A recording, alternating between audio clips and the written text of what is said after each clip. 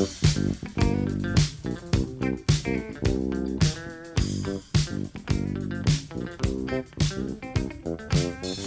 cookies. I love cookies. I love cookies.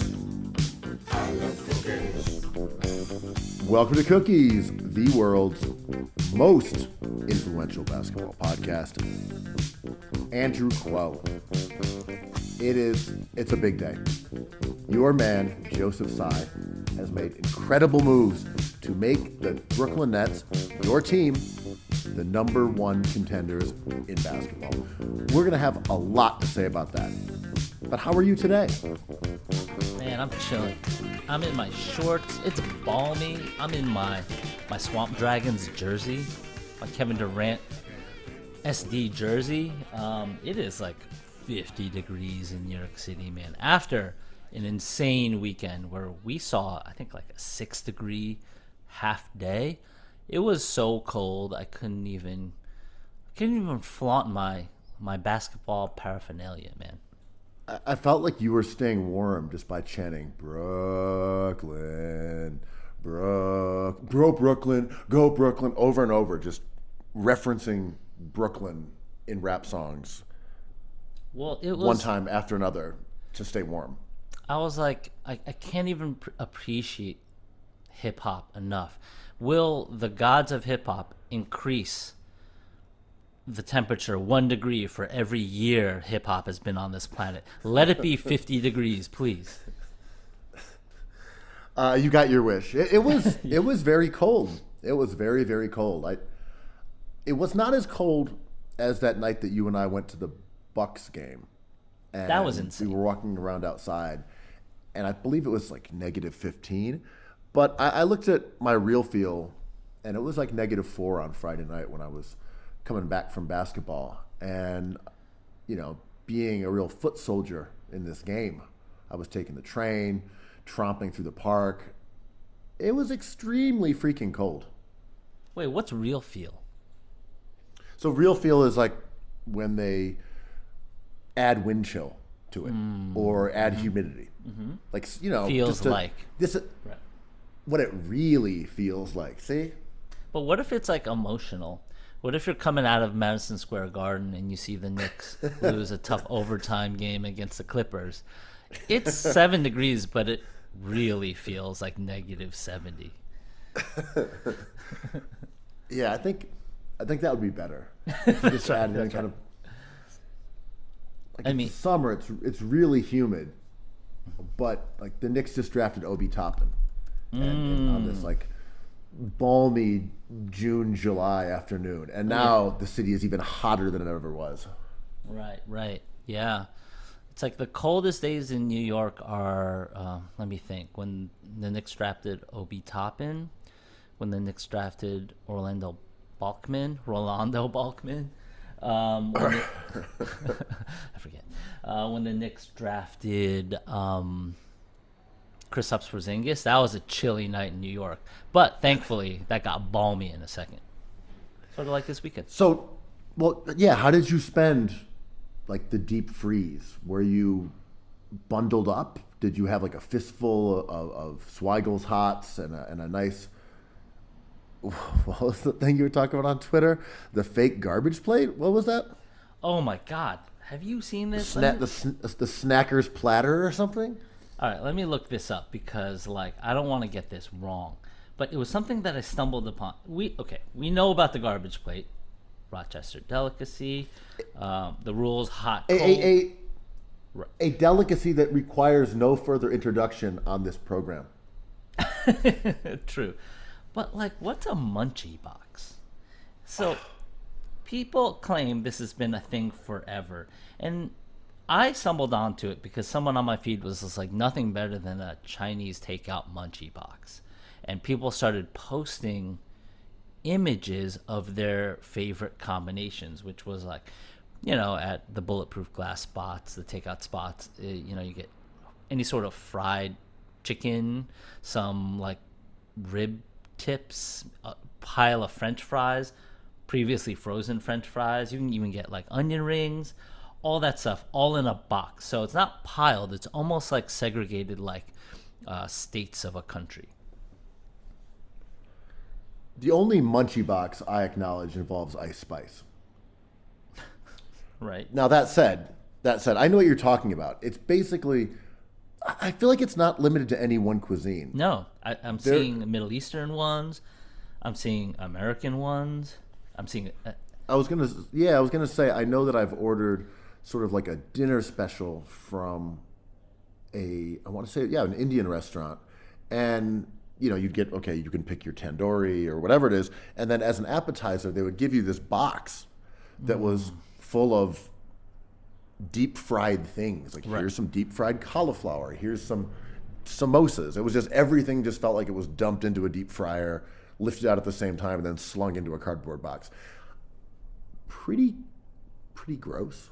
I'm not mad. I can't pretend to be mad. I like a variety. You know me. But like, I like the variety, and I like the deep fried food, but there is something about the Munchy Box when they're all deep fried that is a little off-putting. well, I see a lot of them with some pizza squares and also salads in the corner and just cut gyro, whatever, meat. Just like sliced slabs of like lamb. And which makes me wonder, is this about finger food, and are slabs of gyro meat finger foods? I've seen people eat them with their fingers in the subway. I don't feel as if they are. To me, once you've sliced it off with the knife, it becomes it becomes a fork food. When you but then again, if the vehicle for said slices of meat is the fried articles, then perhaps it is, in fact, a finger food. Yeah. Like if you put slabs of sliced meat onto nachos, it doesn't become fork food, sir. Right. Mr. President. Oh, right. Right. If you fully load them on Cleveland fries, you don't need that damn fork, that's for sure. But I agree, Mr. Secretary. So I'm down for the Munchy Box. And that sounds filthy, but the food is also filthy. I'm looking at these pictures, and it's just incredible. But, when you say, like, sometimes you go to an Indian spot and you get something like this, like, a lot of food around the world is kind of presented like this. Like, Ethiopian food is kind of delicious. I don't like that sour bread, but everything else is awesome. And it comes to you in a plate, and everything is next to each other, right? And you kind of sample it judiciously because it's super flavorful. This is a different technology than a garbage plate. Oh, absolutely. Garbage plate is the peak of cuisine technology. You tech bros in Rochester, man. Like, we developed Kodak, we developed the garbage plate, we developed Xerox, really shaped the modern world. Mm-hmm. But my thing about the Munchy Box is that if it's presented as a spread at a party, like, here's some pizza, here's a Munchy Box, that makes sense to me. Okay, yeah, just grab yourself some nuggets, some sliders. A little fritter of some sort of fritter. But when you're presented face to face, mano a mano, with a Munchy Box, then it becomes a very vile thing. I disagree. No one can resist the Munchy Box. If you were chilling, that's part of the problem, though. What's the problem? Wait, no, that's part of the joy. You mean? Stay tuned for our next book, the sequel, The Joy of the Munchy Box. Oh. No, I mean, full circle. Fine, we'll write it. Fine, I'll spend a year writing this. But why are you so offended? Why are you clutching your pearls, man? Like, this is not something you can consume on the regular, but if you're sitting down to watch the Knicks defeat the Sixers handily, kind of like light work, you want to snack on a little bit here and there. You want to share them with your Knicks buddies. Look, as I said, sharing, totally reasonable. It's as you said, the temptation of the Munchy Box when there is a smorgasbord of deep fried items that all kind of taste the same, all sort of look the same, but have various origin mythologies of animal, beast, flora, fauna. Mm-hmm, mm-hmm. You just know you're going to eat them until you're sick. That is my That is my fear of the Munchy Box. When you look at it and you say, I'm going to go OD on this, and I'm going to feel worse as a result. The last few times when we've gone to non-Asian restaurants to eat, sometimes Christmas, most times Christmas, I always order too many fries, and sometimes it'll be like, well, my fries come with my sandwich. We can just share these. I'm like, not enough. We're going to need more fries. And I know I'm getting into trouble then. But it's sort of like, when people say BLT is not about the bacon, it's about the tomato. Food is kind of about like the French fries, right? And this Munchy Box is kind of the most efficient way to talk about that. It's everything you actually want in a meal, just too much of it in a box. Well, the fries are an interesting point you bring up, Andrew. Thank you. You never want to run out of fries. No. Because then you always want more. So there is a rewarding sense of gluttony when you can't eat more fries. And I'm very familiar with these meals that you were speaking about, which is like, oh, I'll have the steak that comes with fries. I'll also have the steak that comes with fries. Someone will get the skate that will come with fries, and we'll take an order of fries to go along with that. Gotta do it. It's ceremonial. It's necessary. Leaving fries on the table, we got too many fries, that is real luxury, Andrew. That is true luxury. But it's also generosity and kindness because you alleviate everyone from fry shame. It's not like, oh, I can't believe I ate all the fries. Like, look, I just had some fries. There's some fries left. We can even take them to go. I mean, it's humanistic. That's right. Don't make people feel as if they ate all the fries. Let them feel as if they didn't eat all the fries. I have another question for you about these alleged Munchy boxes. Would they exist without the invention of pizza? And if the answer is no, because the box is clearly meant for a pizza, because it's shallow and very wide and long, is just pizza cultural appropriation? What I'm going to do is not give that a lot of thought. Cool. And I'll just say, yeah, I like where you're going with this. It's about the container, right? But anything can go into this box, as we're seeing through Google. You could put whatever in this box, and it's a Munchy Box. It's just pizza swagger jacking. But some of these, as you said, are various shapes. They're not square like the prototypical pizza box. They're more rectangular, trapezoidal, rhomboid. You mean for like those Little Caesars deep dish Johns? They would work with those as well. So yeah, maybe some of these are being used at pizzerias that have perverted the circle of trust in pizza technology. Wow.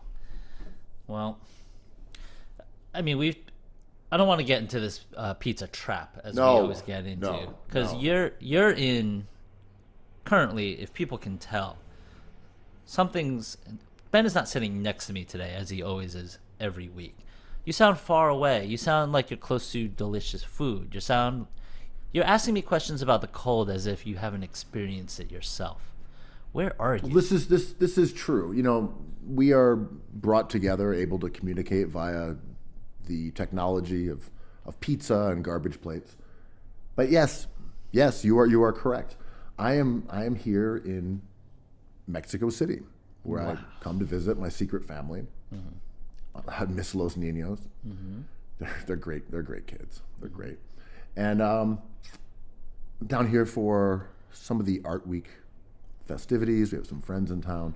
And the timing of New York mid-February to swap that out with 75 degrees and sun, that was a temptation that I was unable to avoid, much like a Munchy Box being presented in front of me. So yeah, I'm down here for a couple days. We wanted to watch some basketball yesterday, me and some buddies. And despite the NBA's attempts to foster an environment for basketball here, it is not the sport that most people follow. So watching games at bars is not something that happens a lot, and you kind of have to ask, Even when a bunch of there's not- gringos roll in for Art Week. I mean, they have sports bars. You just have to kind of go in there and see if they'll engage with your whims, and that there's not a more meaningful or interesting, football game on. They're like, So yeah, anyway- for sure we'll pay the NBA. And you're like, the Sixers Knicks. And they're like, sir, this is an Arby's. Well- You're out. Well, so yesterday we went to the sports bar and we were going to watch Sixers Knicks, but we got there early, so the place was pretty empty, and we said, "Hey, can you throw on the real matchup that people want to see? Pacers Cavs, Los Cavaliers." I'm not mad at that game, though. Pacers. No, we're like, we'll watch it. It's on. It was the only game on at the time. Two damn It was all-stars like an early in that afternoon. game. Yeah. So we have them throw it on. And this was a sports bar that all the TVs are seemingly connected, or they weren't bothering to swap them individually. So all of a sudden, 8 TVs are on around this whole restaurant, which starts rapidly filling up. So it's this jammed sports bar, and every single TV is turned to Pacers Cavs. Is it like someone's phone screen mirroring? Like, what? I mean, sort of. Yeah. And then next door was another sports bar. And in Mexico City, a lot of these places, they kind of have open fronts because the weather here is so temperate. So it doesn't have like a door and you walk in. Like the entrances are just wide open, like Bar PD style. It's just a big open entry area where you can kind of come in and go. So the place next door maybe saw all the TVs that were on in this one, and they turned all their TVs to Pacers Cavs as well. Oh, no. So there's basically 16 TVs tuned solely to Pacers Cavs.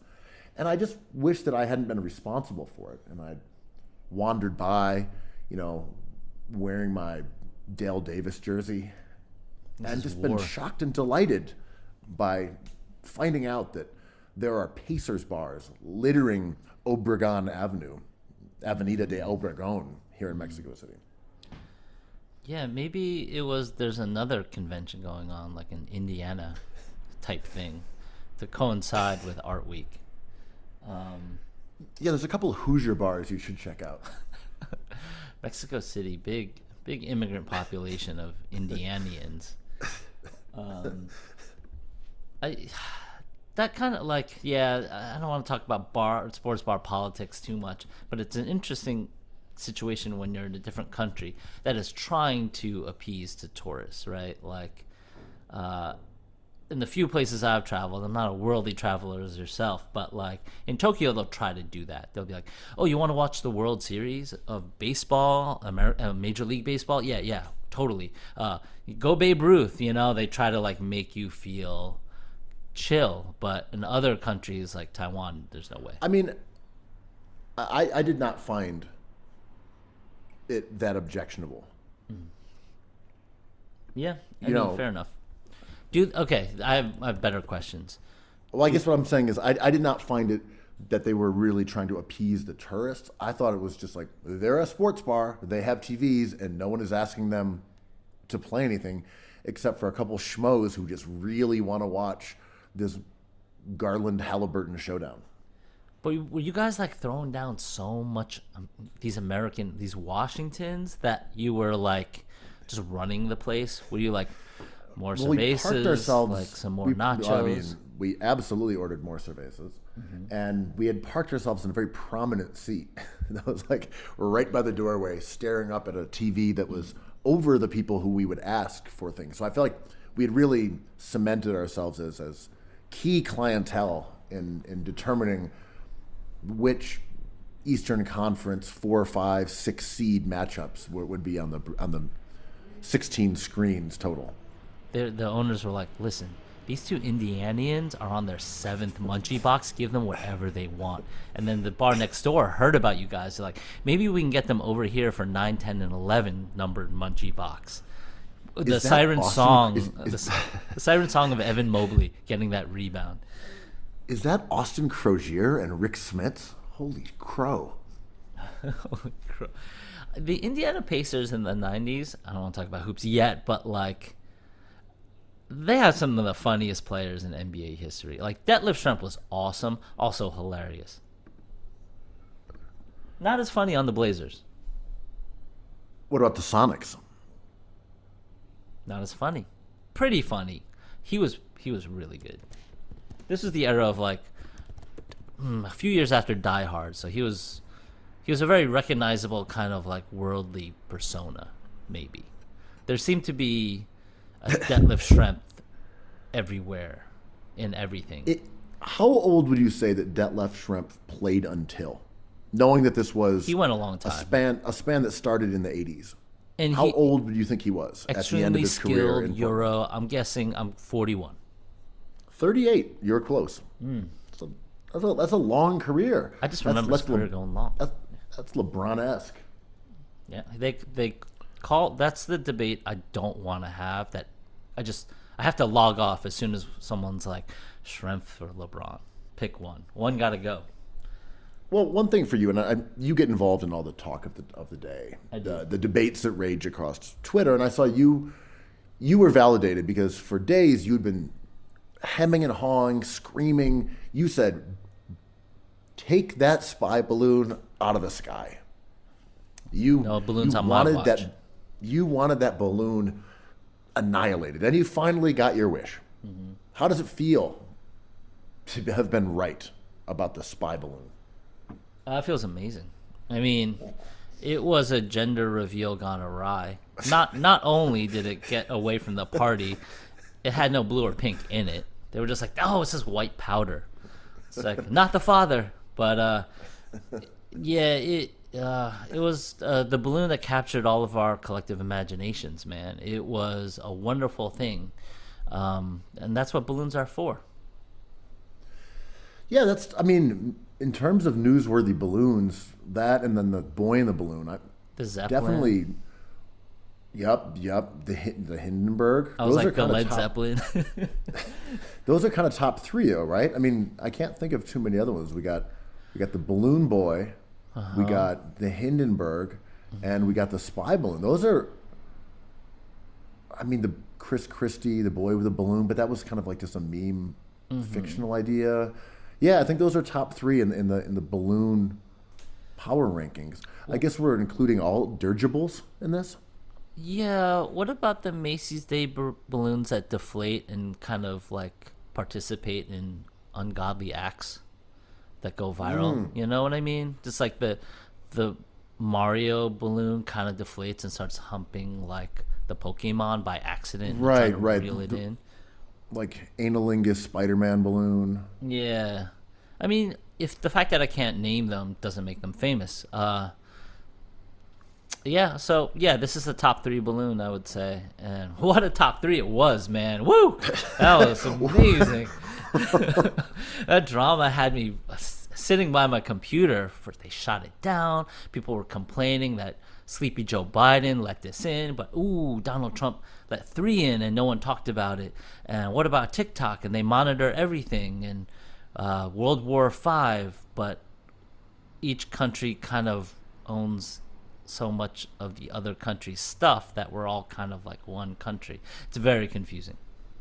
Yeah, those were some of the revelations that were funny when someone said, yeah, I hear all this complaining about TikTok, except that the information from the U.S. servers is an Oracle server, which was founded by the CIA, or was associated with the CIA, who was its very first client. Like, so yeah, if you're concerned that the U.S. government isn't surveilling TikTok enough, you'd be wrong. Right. They're on that. It's not just a Chinese surveillance. I mean, it may be a Chinese surveillance operation, but the U.S. is also using it as a surveillance operation. You're being surveilled by all parties who are inquisitive about what dances you're coming up with. Yeah, I imagine the Chinese contingency at Barclays, Joseph Tsai, just being like, we set up this balloon. We want to see what's going on. And someone's like, well, there's this thing called Google Maps. He's like, God damn it. Our cover's blown. Well, that was what I was curious about, and you may know the answer to this. I probably haven't don't. been paying that much attention, but how is this effectively better at surveilling than the satellites that are already floating around the cosmos? It can't be. There's no way they have technology in this thing that is better than these satellites and Google Maps. But I think perhaps they were inspired by a zombie movie, a prestige zombie show on HBO, and they're like, these stupid Americans are going to shoot this balloon down, but inside this balloon is going to be this mysterious spore that turns everyone into online ceramics aficionados, and they go to raves, but they're not really raves. They're just like dive bars with DJs in them, in the corner, tripping balls. And that was why we couldn't shoot it down until it was over the water. That's right. Now all the fish are tripping balls in online ceramics. There was also one of these spy balloons apparently floating across South America too. The Chinese are just letting loose an army of these dirigibles.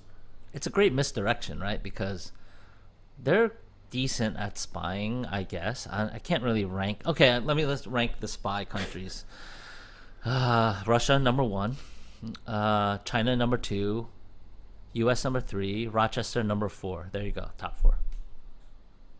That sounds right to me. I mean, the Photo Rochester technology has been pilfered and turned into Munchy Boxes. They're all plants. They're all misdirections for the Munchy Box TikToks. Were you monitoring where the spy balloon was? I looked it up when I was flying down here from New York. And I was like, maybe I'll get to see the balloon. And I was like, I don't know if we're going to cross paths. I was hoping we would. One of my friends was posting on Instagram. She was within eyeshot of it. But I guess I was monitoring. Yeah, I was taking a look at that feed. It looked funny. It was very funny, right? And like the politicians kind of do their politician 2023 thing and faked anger about it, but there's really nothing this balloon could do unless it was weaponized, and it doesn't seem like it was. I was just trying to cancel the balloon for making racist comments by the time it fell into the sea. Well, listen. How can the balloon be racist against balloons when it is a balloon? How many? Yeah, I'm trying to think. This is the watching the arc and when it's going to land. The only thing I could remember when I did the same thing was when the woman was flying to Africa and got canceled mid-flight. That was brutal, right? She tweeted a racist-ish thing. She got on a flight, and by the time she got down, she had been fired. Like her life was over, broken up with. No more Munchy Box delivery. Yeah, man. The Nets had moved from New Jersey. Whew, it's a rough day for her. And let that be a lesson. You should always follow rules of etiquette. And one of those is do not post racist things before you get onto a plane. Just before you get onto a plane, though. So there was a little bit of discourse on Twitter over the last week discourse. About you love discourse. You're the Which discourse course? guy. Discourse? Yeah. Discourse. So the etiquette wing of New York Magazine came up with their list of ways to behave in modern polite society. And, some of these things were simple. When shopping with a friend, don't cut them in the rack. You're in a vintage shop. Don't jump in front of people and see what if you like something before them. I'm like, all right, sure, that seems good. Never wake up your significant other on purpose. A lot of them to me are like very non-controversial. They're just things you're like, of course. But when stated in this authoritative sense, they became sort of more controversial. Right. And these covered things like tipping. They covered texting, for example. And here's one, and we can debate. This is one about texting. I said, you can text people at any hour or DM people at any hour, send any kind of electronic message, DM, IM, you name it, at any hour, and it's no longer rude. I think that's true. Mm-hmm. I mean, I text since my hours are insane. Sometimes I watch games much after the fact, and I'm like, damn, that was a crazy shot. And I'm like, whoa, it's 5:11 a.m. But then, by 9 a.m., people are like, that was a crazy shot, man. It's like, I thought that game was rigged. I have not felt the constraints of texting within a time frame. The only time I will consider it is if you think someone will judge you from the time that it was sent. Mm-hmm. Like, I would probably not send a message at 4 a.m. if it was about work, or if you're like just getting to know someone that you might potentially date or something like that. Like, oh, this person was up at 4 a.m. on a Tuesday for some reason. Like, out of the preservation of your image as someone who leads a normal life and has normal hours. Like, oh, it's a work email. You will get that at some time when a person who works a job will be up. So that kind of makes sense to me. But I do not think it's uncouth. It's only for your own self-interest. Yeah, and like I use the game watching thing because that seems okay. But to your point, if it's serious, you got to make sure it's at like a timely time. Being like, I'm worried about the safety of so and so. If you sent that at 4:30 a.m. or 4:30 p.m., it has a very different kind of vibe, right? But if I send something out at 4:30 a.m., I just let people know I'm on the Wahlberg schedule. Like, I get up at 2 a.m., meditate for 2 hours, then work out for the next 7. So like I'm being productive. I'm being my best self. Like, I'm not just getting home. I've been up for hours, in fact, and I'm getting super ripped. So like Quo in my trench coat. So from 5 p.m. to 9 p.m., you're having N beer, and from 9 p.m. to 1 a.m., you're just resting your eyes. Mm-hmm. And then from 1 a.m. onwards, I'm pumping iron. Right. You're studying, or just like studying things on the TV, taking notes, taking. I'm reading historical World War II novels. Right. Learning, becoming a real man. What other things are on this list? Okay, so here's a few of the ones that I thought were sort of controversial, to be honest. And these all kind of involve dating. So here's one. Only guys should initiate a date. So I don't really think that's true. Hey man, gender's fluid, man. So this is everybody. So check. Like, women should shoot their shot. People who are non-binary should shoot their shot. I disagree with that one from the cut. That only guys should initiate date. I disagree with that one. Mm-hmm. Here's another one. Introduce dates to your parents on the first date. I don't know. Wow. Okay. Yeah, that flies. That's polite. It's like some people I saw were suggesting that there should be an app, or there should be a rule in a dating app that you have to go through the parents before asking their kids out on a date. And I was like, let's go. It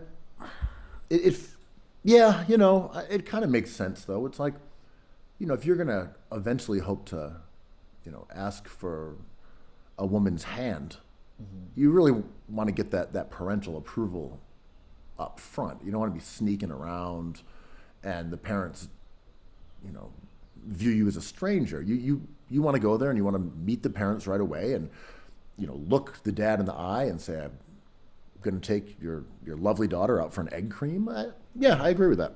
Yeah, do the work. You gotta, if you want to enjoy your life, you have to ask the previous generation, who is Busta Rhymes? What is a Q-tip? Oh, I didn't know it was also a rapper. Here's another one, and this one I think was kind of controversial on the Bird app. The Bird app. The man should order dinner for both of you. Wow. Agree. Wow. Steaks all around. Porterhouses. Well, you're just talking about breakfast, but what about dinner? Okay, Munchy Box. 2 Munchy Boxes. Same stuff in each one. I just feel like the man does know best when it comes to what the two of you should eat. Yeah.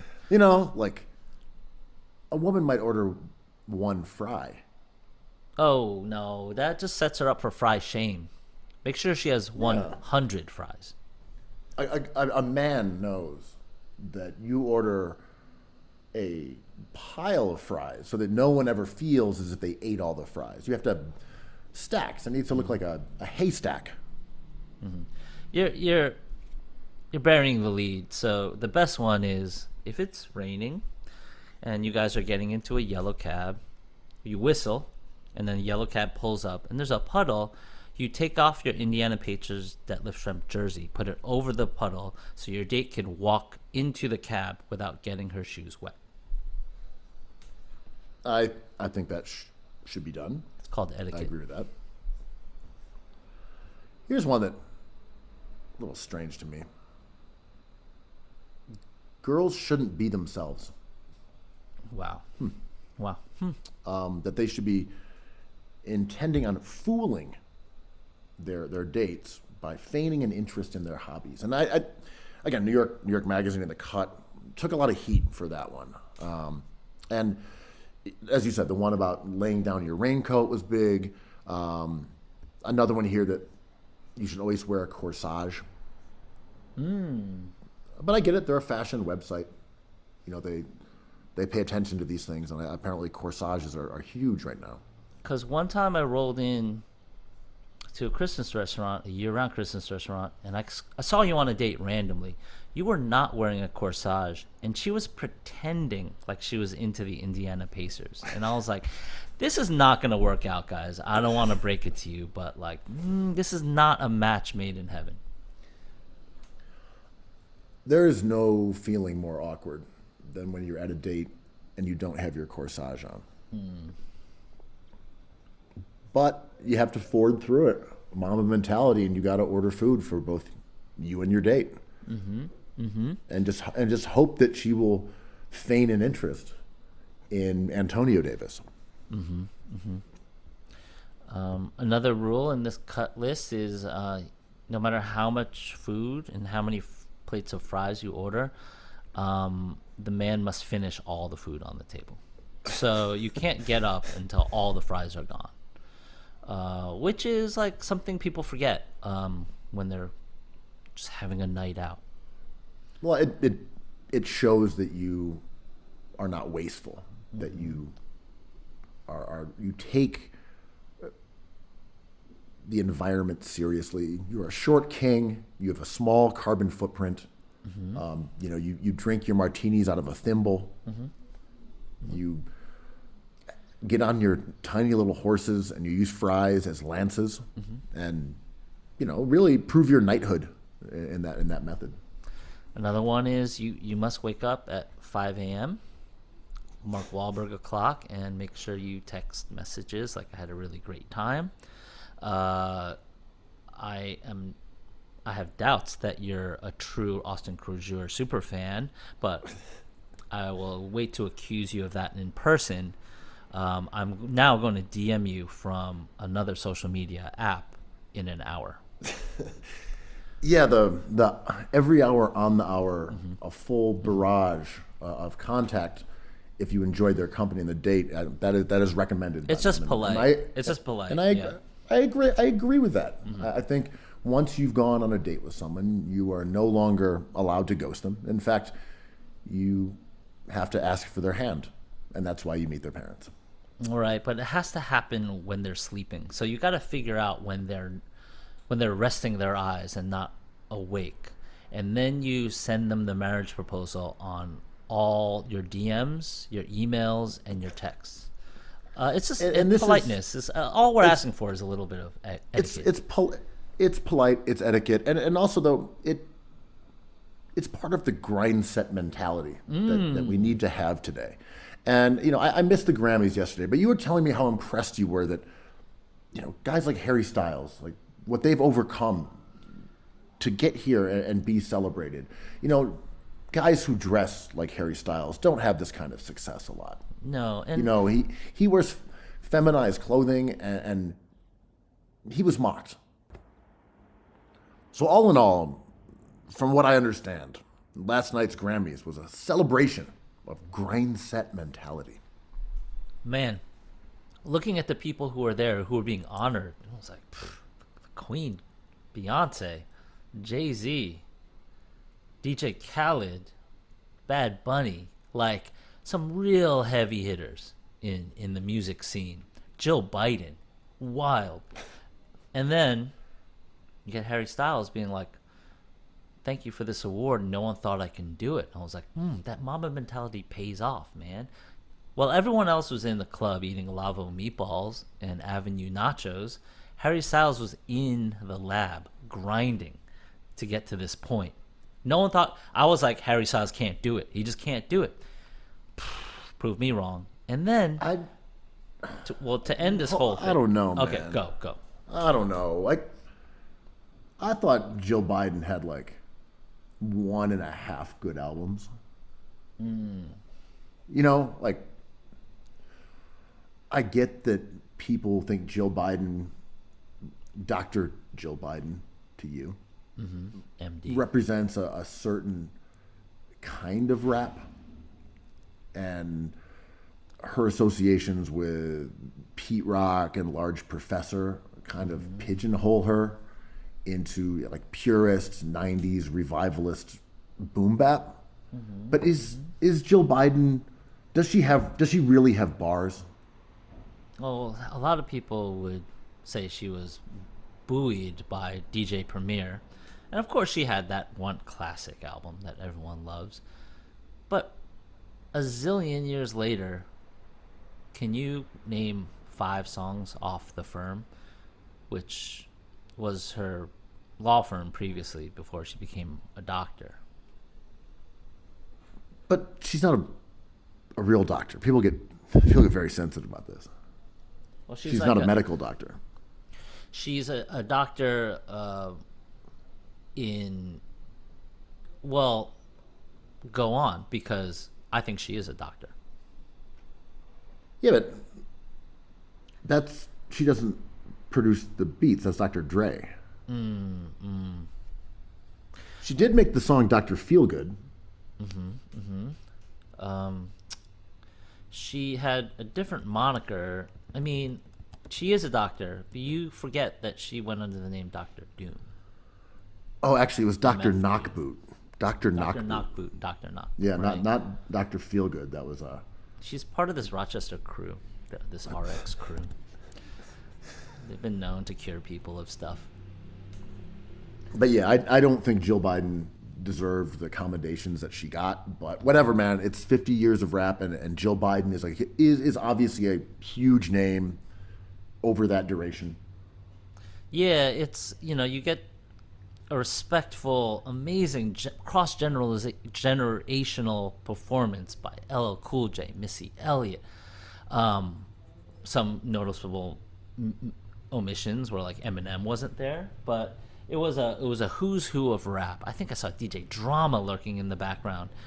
All leading up, like, if you love that, you will love our next guest, Dr. Jill Biden.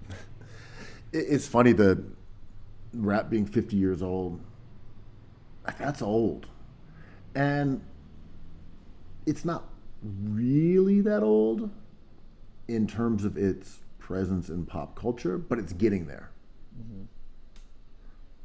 Like, there were songs that people heard, but like rap music wasn't like a cultural phenomenon, I would say, until the 90s. So, Well, if they're gonna 80s, say it right? basically, I mean, Run DMC, like, Aerosmith, whatever. yeah, MTV. but it was around. Yes. Yeah. I mean, of course it was around. But I mean, yeah, you had LL Cool J. There were hits. You had Fresh Prince. That stuff was around for sure.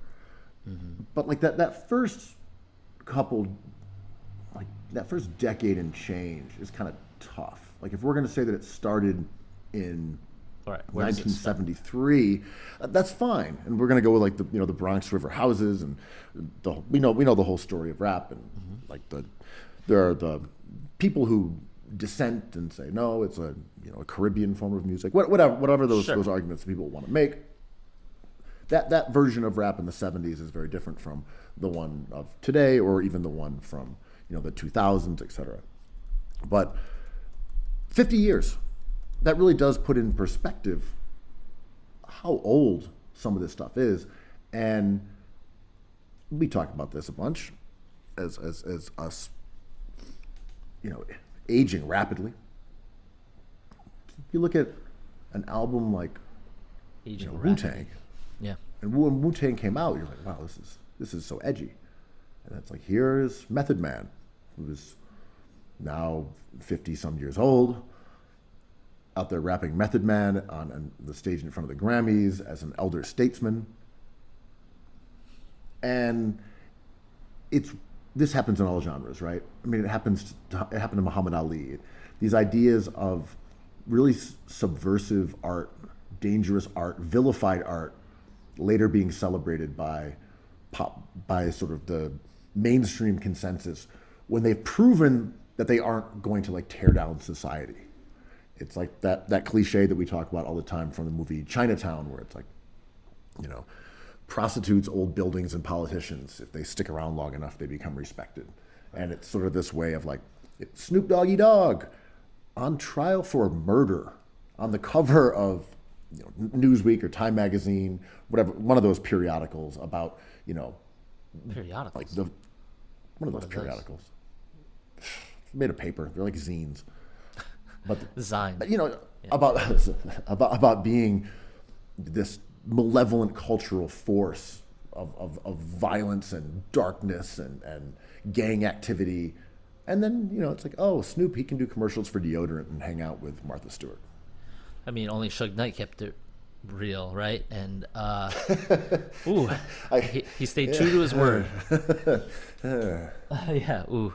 And you had Madonna presenting at some point in the night, and she was like, music should be edgy and dangerous, and like everyone was kind of silent. And I was like, that's when you applause, make some noise, you know. And it was like, yeah, Madonna. And she introduced Sam Smith, who wore a devil's costume that kind of angered like the Tipper Gore set. It felt, the night was fun. I love award shows. This league, you know, like there's always a part of me that's like, I'm glad this exists. I'm not mad. I'm watching it. And on the other hand, I'm like, holy cow, not only are we old, this is like very lame, you know? We have the vice president, like pretty soon Barack Obama's going to get up there and like mic drop. It's just going to be very cringe, right? And like, I think when you brush against something, when you're a contrarian of any kind, whether that be like in writing or punk or art or anything, like there's a time when you have to decide, are you Suge Knight or are you Puff Daddy, right? It's just like, okay, are you gonna keep this real, or are you going to make a lot of money or be celebrated for your achievements? And I think most people would choose to be celebrated for their achievements. And yeah, and these we're talking about artists here, right? Yeah. And that's what they are. Mm-hmm. And because, as far as rap goes, people are coming from tougher situations, and maybe people are involved in tough stuff, or people overstate their involvement in tough stuff, whatever the case may be. Mm-hmm. Mm-hmm. Sometimes the Gen X idea is that, like, don't sell out. You have to remain in that lane forever. And I don't think that's true. And I don't think that people should have to. And youthful rebellion is youthful rebellion. You don't need to make the same art forever. You can change at your whim. Do whatever you want. Mm-hmm. You know, like, just if you decide that, well, this is my career and I've got to like live a long life and I'm Ice Cube, I can't make the song Black Korea again. I've instead have to make kids' family movies. That's what I want to do. That's the career trajectory that I have chosen for the most success. I'm not mad at that. That's artists have to change.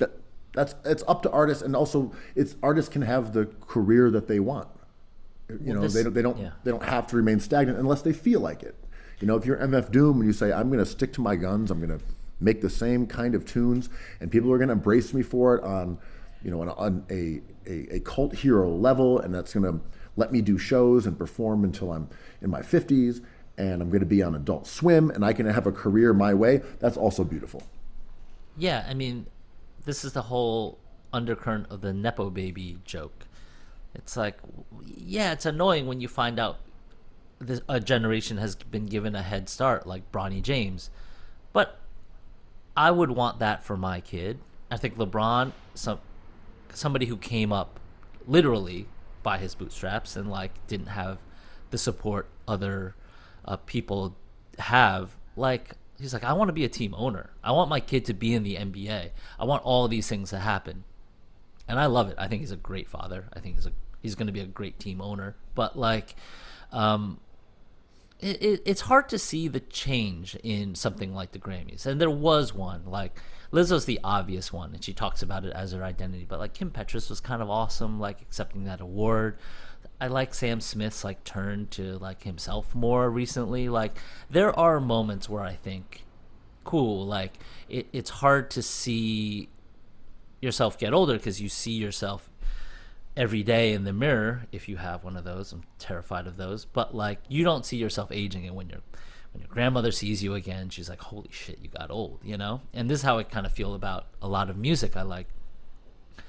I'm like, I used to think an interesting idea was Lil Wayne was better than Nas, and this was like 2005, whatever, and that got a lot of pushback. Me and my friend would argue about it willingly all night. It's a really fun conversation.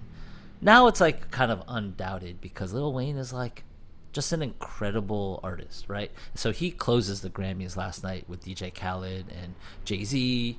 They're rapping at a banquet table, sort of like Jesus and his disciples. Rick Ross is there. Yo, I thought like watching Lil Wayne and Rick Ross close out the Grammys in 2023. How many total times did we think those two died? Not like Danny Ainge like really died, but like I thought Lil Wayne died maybe 3 times and Rick Ross at least once, right? They were both super into having seizures on planes for a little while there. Yeah, people like that was kind of like their bag. Adam McEwen, those obituaries I think are written in the New York Times. So whenever that happens, they definitely can pull those up. They would get on a plane, eat an edible, go full Dion Waiters, and then have to take an emergency landing in like Lakeville, Florida. Or Rick Ross would just have to be like, my heart feels weird. I'm turning like different colors. I need to go to the hospital. It's like, and people just going through Rick Ross's catalog being like, well, you got to consider him one of the great rappers of all time. His longevity proves the point, right? But at the end, you know, John Legend was singing. I think there was a bunch of baked potatoes on his grand piano. The lighting was odd. And at the end, Jay-Z's done with his rapping about being rich and having money. And he's like, take us away, Khaled. And I respect Khaled's art form so much. He doesn't rap. He kind of does ad-libbing. He kind of shouts out catchphrases.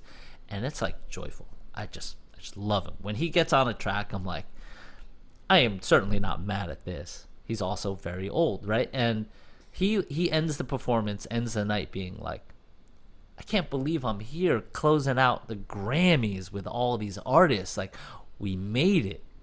And I'm like, well, who the fuck else is it gonna be? Like, I complain every year about the Foo Fighters with like Neil Young covering the Beatles to close out the Grammys. I'm like, whoa, this is like way out of touch.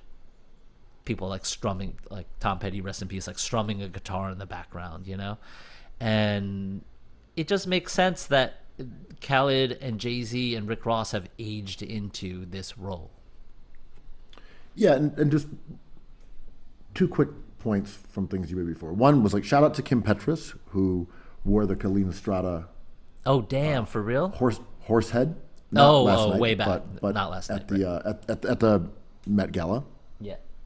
And we got the inside scoop on that on a previous episode of Cookies from Hillary Tamor, the creative director of Kalina. And I wanted to return to one other point you said, that you don't like mirrors. Oh, yeah. Were you being genuine? Or were you just riffing? I don't like mirrors. I don't have many mirrors. I have one in my bathroom, and that's it. You don't have a full-length mirror? No. All right, that's wild. I don't like them. It is like, I just don't like looking at myself. I don't like what I see, like, I'm just not into it. I'm not suggesting you preen in front of it and strut around, but not having a full-length mirror is kind of gnarly. I've had one at some point. but like I don't need one. Like I kind of do the same thing every day. I wear kind of the same situation every day, but yeah, I don't like them, and they make me feel bad, so I just don't have them. That's very I've made illuminating. artwork about this. Yeah, it is something that like I find to be deflating. It's like you're having a great day, and then you catch yourself in a mirror, and you're like, this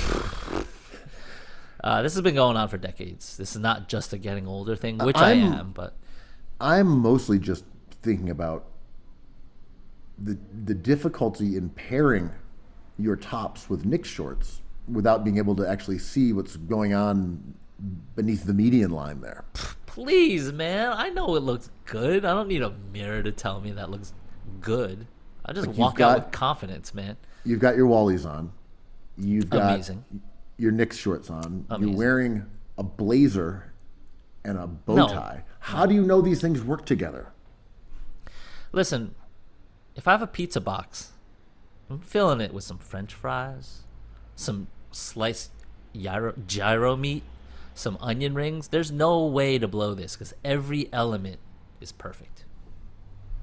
I'm not wearing a jacket and a bow tie. You don't put those in a garbage plate.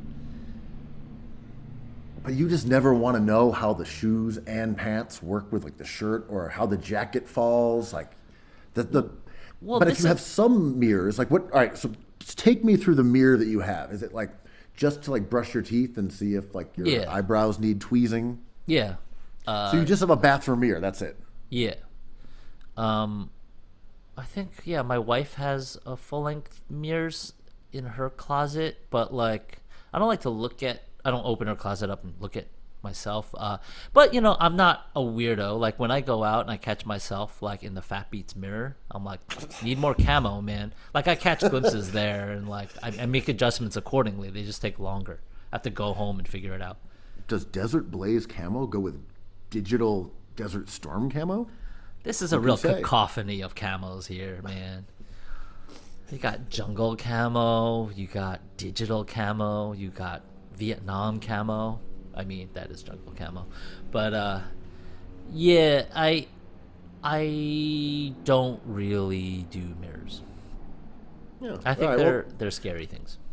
I heard that little thing and I wanted to go in there and tease out a little information, just as you would look into the mirror and tease out a stray hair in your eyebrow. I'm not trying to be indie rock twee about this. I'm not trying to be like, ooh, mirrors are so loaded. Like I just don't like to catch a glimpse of me when I'm having a regular fine day. It's not what I need. I don't need more me. I need less me. I like that. Like everything was going swimmingly, Dude. until I saw myself. Dude. Yes. That's exactly the point. Then I realized actually today was a travesty, just a terrible, terrible day. My problems aren't ill-fitting clothes. Let me just say that. You were pattern clashing camos and your heart dropped. Like, I don't believe there's a piece of clothing. For example, when people hit up the interns and be like, well, I ordered a large, but I really want an extra large, or I want a medium. I'm like, dude, every size works. Medium, large, there's no smalls. But medium, large, extra large, double extra large, triple extra large. Rock it with pride. You look fine. 4 sizes fit all. That's what I do. It's like, what size would you like? I'm like, whatever you have. I'll make it work, and I will not ever look at it in a mirror to challenge that theory. I mean, I see it on me. I look down and I'm like, well, this is a Detlef Schrempf jersey. I look great. Well, maybe we talk about some hoops. We had some news. Yesterday. And RJ Barrett's injured. Okay, here we go for an hour. Let's go. wow, Knicks can beat anyone now. Yeah. But so a week ago, when we last talked, there was no concern about the Nets suddenly disbanding their championship contender, a team that won 18 of 20 games a month ago, then had some injuries, but could rest assured confidently that not only should they have won a title 2 years ago, if KD gets his toe behind the line or they were somewhat healthy, Toe that- side. that they were going to be one of the main candidates at the end of this year if they were healthy. If we could get KD back, if Simmons can resume how he played in Philly, if Kyrie is there, with Nick Claxton and a bunch of shooters, this team is going to be a tough out and a formidable playoff foe. We were talking about Seth Curry, turning Seth Curry somehow into Jay Crowder, and then that being kind of the finishing touch on this championship team. Yeah, they need a little more length at the wing, one more maybe point of attack at a defender. Go get yourself a Naz Reid, if you wanted to get a stretch big. Like there were some minor moves, some pawns to shift around. Little did we know. They were just going to blow up, arguably, in my opinion, the best team in basketball. They're just going to blow it up. Well, when you say they, a few people were at odds. I was wondering, too. Like, we hadn't heard from Kyrie. He made the All-Star team. Fans voted him in. And I was wondering when Joe Tsai's list would come up again. Because that was something we talked about at the end of that really awful Kyrie Irving saga, where he just was not my guy. But Joe Tsai's demands of the things Kyrie should do, I thought were belittling and exactly the thing that pisses Kyrie Irving off long term. And I was like, this is going to come up again. I didn't expect it to happen now. I expected it to happen this summer, but it happened. Well, the course of events here was that a few weeks ago, Kyrie said, I want to be in Brooklyn long term. The ball is in the Nets court. They literally used their little hoops analog and basically said that the onus here is on the Nets to offer the long-term contract, and Kyrie will sign it. He wants to be here. And they didn't. The offer they came back with was not the sort of pure max contract that Kyrie was looking for, but apparently it had the same kind of goofy stipulations that we saw Joe Tsai demand that Kyrie adhere to when he had been suspended earlier this season. Yep. And for example, there were incentives like, to get this full amount, you need to win a championship. And Kyrie looked at it and was insulted and said, all right, I'm done here. I'm not going to re-sign. And then he said, I want to be traded. And then he was. But when people are pinning this on Kyrie and saying, well, he didn't want to be there, he asked for a trade, he definitely wanted to be there. The reason he wanted to be there before this year started. He wanted a contract. They didn't give it to him.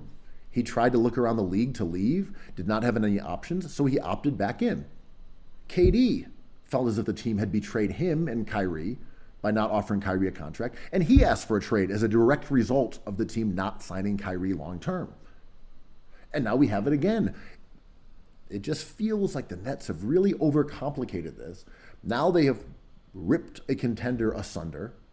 KD, in my opinion, will probably ask for a trade because now they have reversed course on the plan that he and Kyrie put together. Yep. And for what? For what? I mean, pride is a big deal, right? And if anyone has pride, it's a billionaire. And the inexperience of a new team owner really showed here because people rightfully make fun of James Dolan for being goofy, not having a plan, kind of not knowing what he's doing. Joseph Tsai took that crown, man. He took the throne on that one because you protect your players and maybe I should back up. We always have to talk about who Joe Tsai is, right? He's a new billionaire who made his money from Alibaba, famously sided with China in the Hong Kong debate with Daryl Morey, demanded that Daryl Morey apologize and maybe get fired, I believe, for supporting Hong Kong independence from certain Chinese rule. Joseph Tsai believes in whatever you feel about a communal idea of working together. I think there's beautiful parts of that, and there's parts that don't work humanitarianly, whatever, on a humanitarian level. So I believe he wants his players, no matter how great, to fall in line, right? Be a good worker, and I'll be a good boss. Like this is a conversation, and when you have someone with opinions and someone with real human demands, like I am the best point guard. Maybe I'm the most skilled basketball player to ever play. I want a 4-year max contract for $200 million. And the boss comes back at you and does all the etiquette things wrong, right? Like, I will not finish all the French fries on this plate. I will not ask your dad if I can go on a date. I will not text you at 5 a.m., 6 a.m., 7 a.m.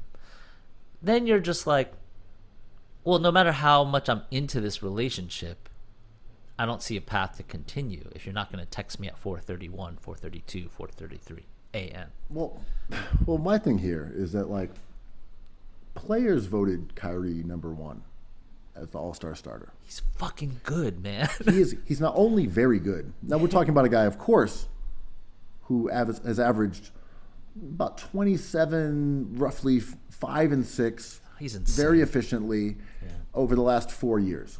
He has been extremely good.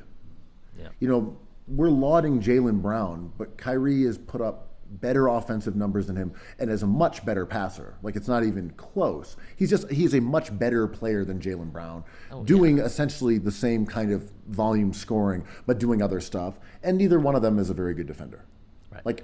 Kyrie is not a good defender, but he's small. But he's at least gets some steals and deflections, and he's active and things like that. But we're saying, I don't know if he's that meaningful of a player. Okay, so guys who put up 27 a game on 60% true shooting percentage, giving you 5 rebounds, 6 assists, whatever, those guys aren't meaningful. Like, those are the numbers that Devin Booker puts up. Those are the numbers that Donovan Mitchell puts up. These are the numbers that guys put up who we say are superstars. So Kyrie has done that in Brooklyn. And so the players have liked him, and they respect him, and they think he's great. And the fans voted him #1. So whatever his controversies or whatever his bad opinions, fans don't even care. It's just the media that cared. And I feel like Joe Tsai was so involved in what the media had to say about these situations instead of looking at the big picture. Players don't really care, and the fans don't really care. There may be some fans who care. I'm not saying everyone is monolithic here, or that Kyrie's relationship with James Harden, didn't have some friction. Sure, there, of course. But the firestorm around Kyrie since he betrayed Boston, signed with Brooklyn, stomped on Lucky, saged TD Garden, has made him persona non grata. He was the #1 enemy of basketball media, and they attacked him all the time. And we mentioned this a lot, right? When we talk about how Jaylen Brown's opinions, which are identical to Kyrie's, went totally without scrutiny. Like, Kyrie is the #1 target. And when you look back and say, this guy's just been a problem the whole time, he didn't suspend himself this year. He wasn't trying to miss those games. They suspended him. His COVID beliefs may have been stupid, but they were not out of line with a huge segment of America. It wasn't as if not wanting to get vaccinated is some insane, crazy person's stance in terms of the political landscape of our nation. There were baseball players, there were football players, there were politicians, there were lots of people who didn't get vaxxed, and yet Kyrie was a pariah. And then you even look at the year before when he missed a few games, maybe because he was upset about January 6th. There were some various theories, but he missed a few games to start the year. The idea that he has been this toxic force in Brooklyn just doesn't really ring true when you look at how fans and other players look at him. To me, a lot of it is just a media construct that has been built by a basketball media who has a vested interest in making him look bad. I mean, the owner of the Nets cares about messaging, right? That is his #1 concern, messaging. And of course you take on Kyrie and Kevin Durant. That makes you a championship contender. And when they're in the building, it's what gets out, what kind of messaging gets out, and the closest conduit you have to that is the media, the people in the building. And I don't agree with a lot of the takes around Kyrie, to your point, right? Like, I really did not like Kyrie during the whole gaslighting of that movie situation. I thought he was super gross, right? He was lame. He was lame and he was dumb, no doubt. Lame and dumb and all those things, but the media didn't ask the right questions. The media went for red meat. And to your point, like, you know, like the Grammys had an amazing celebration of these artists who, some of whom publicly agree with Kyrie Irving, right? But like, this world is a fucking complicated place, and I don't like any of those opinions, but like, the way the media goes after Kyrie is the way the media wants to go after more than one person, and this is the definition of a scapegoat, right? Like, well, like again, we know why the media goes after him. He publicly told the Celtics that he was going to stay there, and then he left and went to New York, and he went to Brooklyn with KD to form a rivalry to the Celtics. Yes, he is their least favorite player in the league. There was a story that came out like an hour after they announced that he was going to be traded to Dallas. And it was like, why Kyrie is a disaster for Dallas. It's like... written by someone from Boston, for sure. 100%. Yes, like, I know which one you're talking about. Literally. That was a hit piece. Written by the guy who does the BMM's wet work. Yes, right. And then there was another article that came out that was after the trade that was like, well, now that the Nets got better. And it's funny because the article was about how Dinwiddie and Dorian Finney-Smith were an upgrade over an unreliable Kyrie. And in the comments, no one was having it. There's like, nice try, but like, Kyrie is amazing. Can you not just admit that he's awesome? And comment after comment was like, ooh, I don't know about this one. Like, we know what Dinwiddie is and we know what Kyrie is. And Kyrie was in charge of like the best record in the last 20 games of the season. So like, this we had pretty good proof of concept. Yes. That they should have won a title 2 years ago. Yeah. And that this year they were the best team in the NBA over a month and change, winning 18 of 20. I was ready for looking awesome. Yeah. And this is all we wanted, man. All we wanted was to see this team healthy together. And now that opportunity is gone. Maybe it wouldn't have ever happened. Who knows if we ever see the Sixers version of Simmons again this season? Maybe his knee and back are just too fucked up and we'll never get that guy back again. Although we did get flashes, a month or so back. Maybe KD's just going to have recurrent injuries. Maybe Kyrie is too flighty, whatever. But the case is, when you have a chance to win a title, you go for it. You don't blow up a contender out of like personal image.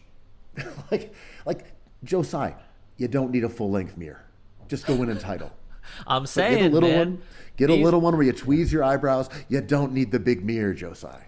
When you care a lot about how you look, it could backfire on you.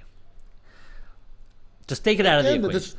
This to me is a blunder of ego and vanity by someone who wants to be taken very seriously as a basketball owner, who still thinks that this franchise is about him and how he is seen by the media and by other owners, that he wants to be a strong leader, that he runs the show, that players are submissive to him. And this is not one of those, and I'm using the racist terminology here, the inmates running the asylum type of situations. Like Joe Tsai, he's a culture guy. He wants a team that he can be proud of. He said this stuff. For sure.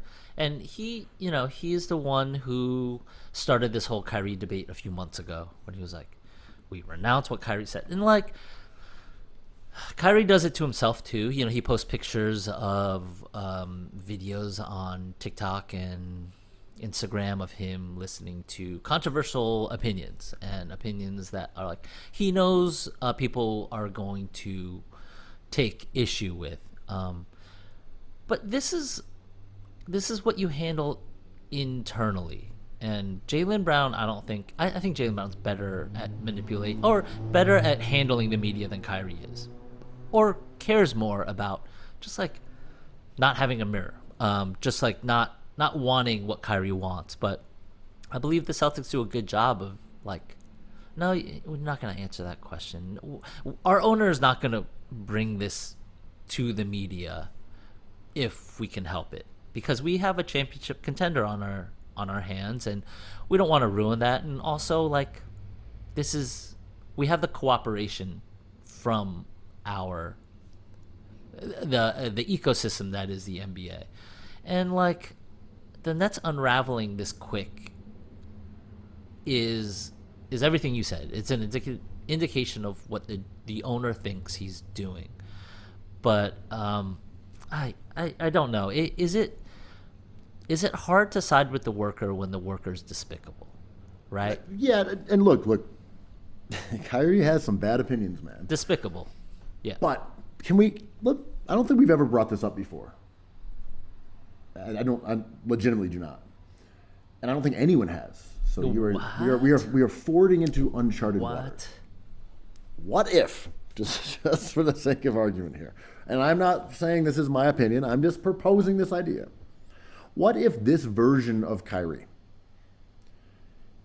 is the product of being attacked by the media? I mean, we have talked about this. No, but not in this specifically. Not that he is portrayed by the media a certain way, but the fact that he feels persecuted and is putting up guys like Whitlock and Jordan Peterson. What if these are because he feels attacked by the media unfairly all the time, that this is a response to being attacked constantly? We know he is a mercurial dude. We know he has some bad takes. We know he does not have a lot of educational background. But like, he has kind of gone down this sort of, it's not even right wing exactly. It's just sort of this like contrarianism that a lot of this started with him just saying some dumb stuff about the earth being flat. That was just trolly stuff. And he was attacked for it on end. A member of the BMM, if I remember correctly, wrote a long article for the New York Times about Kyrie and whether he really believed that the earth was flat or not. And it was a long article, just insane behavior. And he would not have done that if it was about a player that he liked. It was about a player that he hated. And that's a lot of this coverage for Kyrie. I'm not making excuses for him. I am just saying that if you look at Kyrie's trajectory towards this figure as he is presented, a lot of it dovetails with him leaving Boston. I'm just saying. He was not vilified in the same way for wanting to leave Cleveland. People are like, what's he doing? But he wasn't a bad guy for that. 100%. And I was joking on Twitter, like, if you see an article this week about culture and what Kyrie represents and how maybe he represents everything bad, like, just Google where that writer's from or what team he likes, and half of the time it's going to be Boston. So far, there's been 2 or 3 hit pieces. Other than LeBron, who is also famously an enemy of the BMM, who else has had their politics parsed so publicly? No one. It's the 2 guys who are the enemies of Boston. You have LeBron, who broke their big 3, and then you have Kyrie, who abandoned them. Those are the 2 guys who are constantly being scrutinized and being, pricked with little hit pieces. And what do they really mean by this? What do they think about that? Let's follow up. Let's interrogate these beliefs. Yeah. That doesn't happen to a lot of other guys. Just saying. The idea of oxygen is debatable here, right? Like, do people act in different ways when oxygen fuels a fire that they may have? A great example is when people say Ben Simmons is a bad person, doesn't want it, represents everything that's wrong with American and working. Ben Simmons just doesn't say anything. So he doesn't give them enough oxygen. We just kind of roll with the same things. LeBron and Kyrie especially give a lot of oxygen to people who respond to him. And this is getting to your first point about this. I think there's people in his building that he perceives as enemies. I think there's people online that he perceives as enemies. And I think there's the only, and this is a generalization, but this is all, this is what I kind of see by the All-Star voting.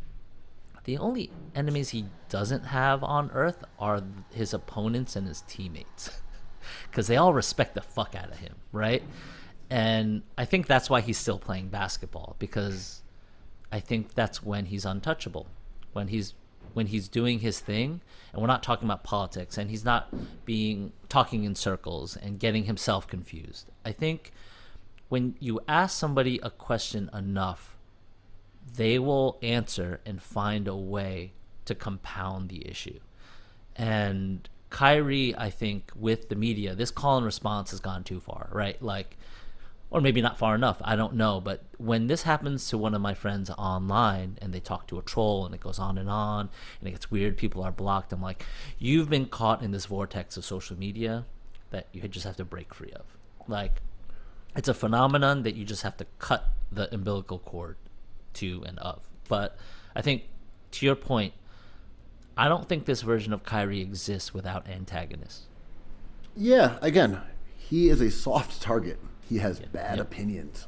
He has bad opinions. There's He's not no good doubt at about that. articulating them, or he's not good at making them relatable to us, because a lot of them are either horrible or at the most despicable, but at the least confusing. And it just does not strike me as coincidental that the guy who betrayed Boston has been targeted with this kind of antagonism from the media for now 4 years. And that's when we've seen this arc of Kyrie come into focus, that he is toxic, that like you are better off without him on your team. And if you look at that, that is exactly what Boston believes, right? Kyrie left, we're better off without him. Yep. So we're going to try to ruin him. And we believe we're better without him. And they've gone out of their way to try to ruin this guy's life. And again, he has made it exceedingly easy. But for him to be vilified for like dumb opinions, while also simultaneously being this good at basketball, this popular with his peers, this popular with fans, there's just some real discordant stuff going on here. But just to talk about this from a more basketball nuts and bolts. Wait, to your BMM point, Bill Simmons put out, I really like Bill Simmons' like player trade value article, and he brought that back like before the Kyrie news came out. It's like, it's like kind of a blast from the past. And some of it, everyone changes, and I don't really read his stuff with the same lens anymore, but I do appreciate stuff. I like reading stuff, and it's the top 100 players and where they rank and how valuable they are, untouchables or secret assets or don't touch, bad contracts, all that stuff. And as a introduction, he was like, Ben Simmons and Kyrie Irving are not on the list because they're just like they're just not, they're untouched, they're toxic, they're just not part of this NBA discussion. Ben Simmons was traded for James Harden less than a year ago. And a few hours later, Kyrie Irving announces that he wants to be traded, and all we do is parse how much someone's willing to give up for him. He is very valuable. So let's talk about that a little bit, right? Right. So on Twitter, I was like, I think this trade stinks. And maybe there were better options out there. And people were like, well, what do you mean? He was going to leave. They extracted some value. They got Spencer Dinwiddie. They got Finney Smith, who's like a solid 3-and-D guy. A couple picks. They got some future picks down the line that maybe the Mavs won't be good by 2027 or whatever. But in my opinion, you blew apart what could have been the best team in the league for a team that is not as good. And I just think you have to go for the title when you have a chance. And if I look at this team and say, without another move, I just don't see how that happens this year. I don't see how, and real basketball nuts and bolts stuff. The reason you were able to get away with playing Claxton and Simmons together was that Kyrie and KD have remarkable gravity. Yep. Their ability to make mid-range jumpers, their ability to attract a crowd, their ability to just conjure buckets out of small spaces and poor possessions made that dynamic work. I do not think that someone like Seth Curry or Spencer Dinwiddie can succeed in nearly the same way, because they can't. They aren't close to as good of a player as Kyrie is. And that's ultimately what happened here. You win titles with elite talent, and Spencer Dinwiddie and Finney Smith are not elite talent. Yeah, they're marginal starters. Yeah, Brunson is a clear better rotational player than Dinwiddie, whatever, Dallas stuff. Yeah, I think the Nets they're got okay. fleeced. They're playable guys. But sorry to just cut in, but I just wanted to bring up that it was reported, I think by Chris Hayes, I want to say for Yahoo, that they had turned down a couple other deals because they wanted to punish Kyrie. They didn't want to send him to Phoenix to play with Booker or Ayton and a contender there. And they could have had Chris Paul and Crowder and picks, and they turned that down. Again, I don't know if this is true. This was just reported by Chris Hayes. And they also turned down a Westbrook deal that included the Lakers' two picks. Yeah. So, and Joe Tsai, it was also, again, reported that it was important for him not to send Kyrie to the Lakers and I guess potentially the Suns, because otherwise he would have taken that deal. I'm with Cy on this, man. If you hate this guy, which he clearly does, and you couldn't negotiate and come to if you're a bad negotiator and you couldn't figure out how to keep him in the building, sure. I would be that petty too. I'd be like, ooh, I burned this bridge so bad that I want to fire this guy or get him off my team. I don't want to send him anywhere he wants to go. Go to Dallas and research that JFK's assassination, but I don't blame him for that. I mean, people are getting on him. I mean, he's as petty as they come, and this spells a really bad thing for potential free agents to join the Nets. But I'm with Cy on this. If you hate him, then hate hard, right?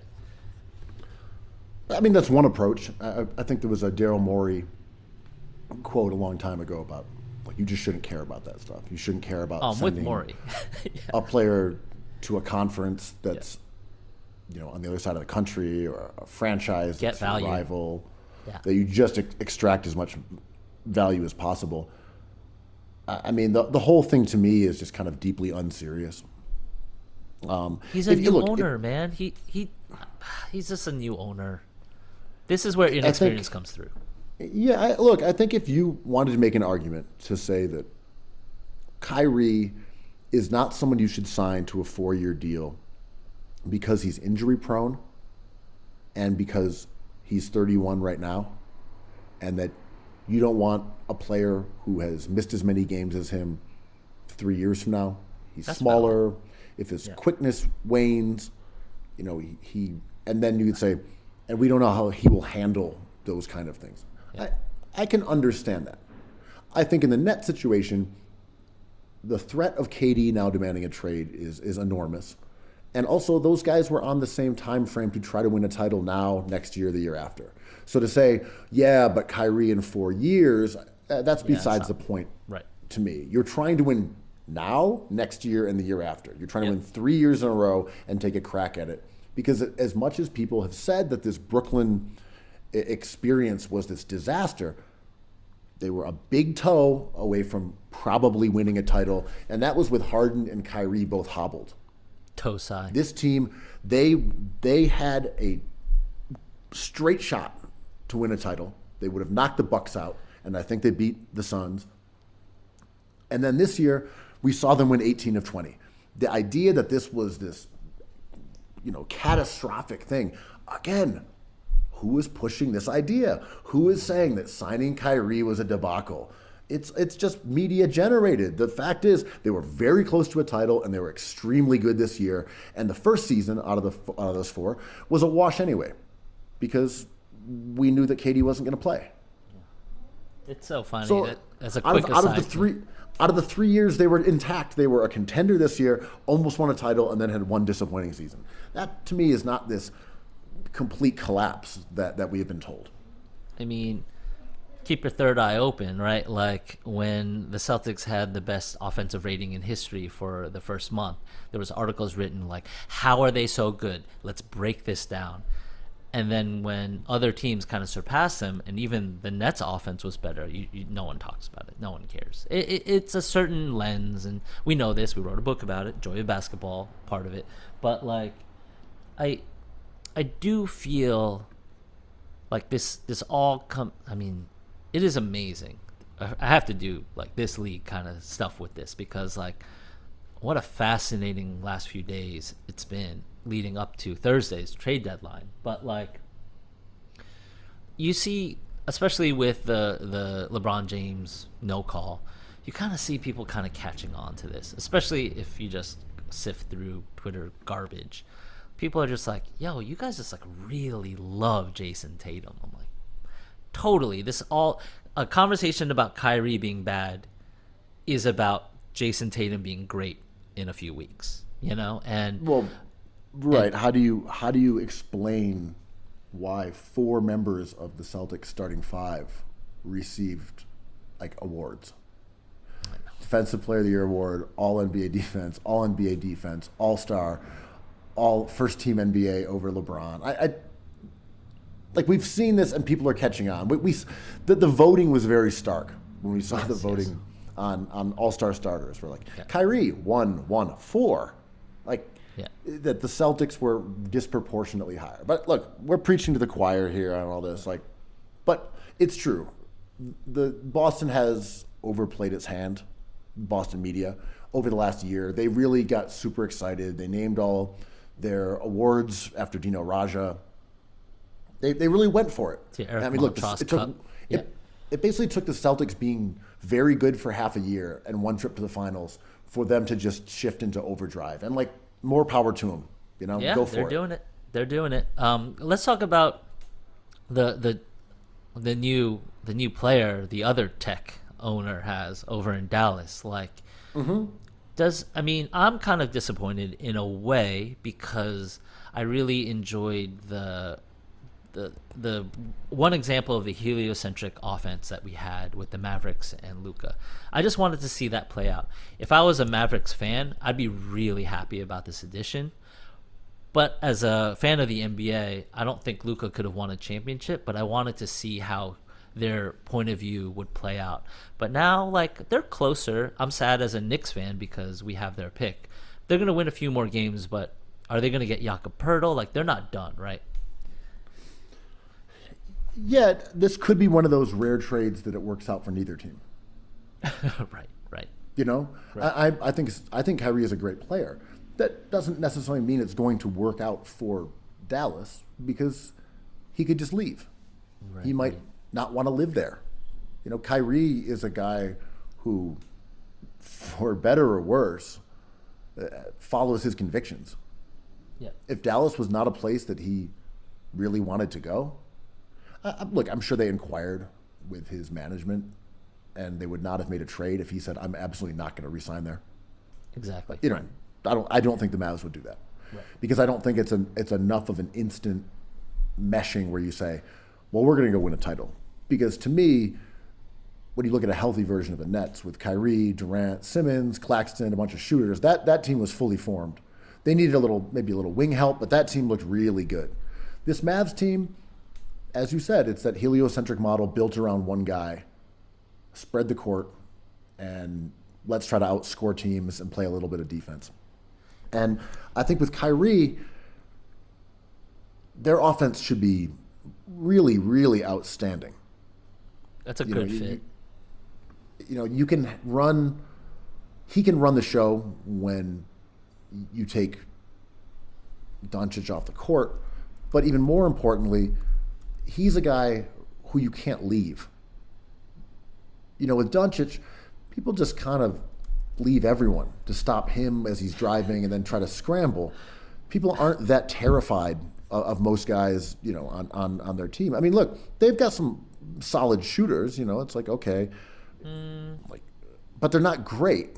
Yeah, but Tim Hardaway Kyrie, is having a tough time. I mean, they take a ton of threes, and their accuracy is like middle of the pack. Right. That's fine. And look, their offense is top 10. It's pretty good. This trade is not going to help their defense any. No. Especially trading away Dorian Finney-Smith, who's a nice defender. But I don't think they're done. I think Dallas knows. I mean, shout out to Dallas. I like how they took a direct line to Luka Doncic in the draft. Tried Porzingis. Now is trying this. Like, they're doing stuff, man.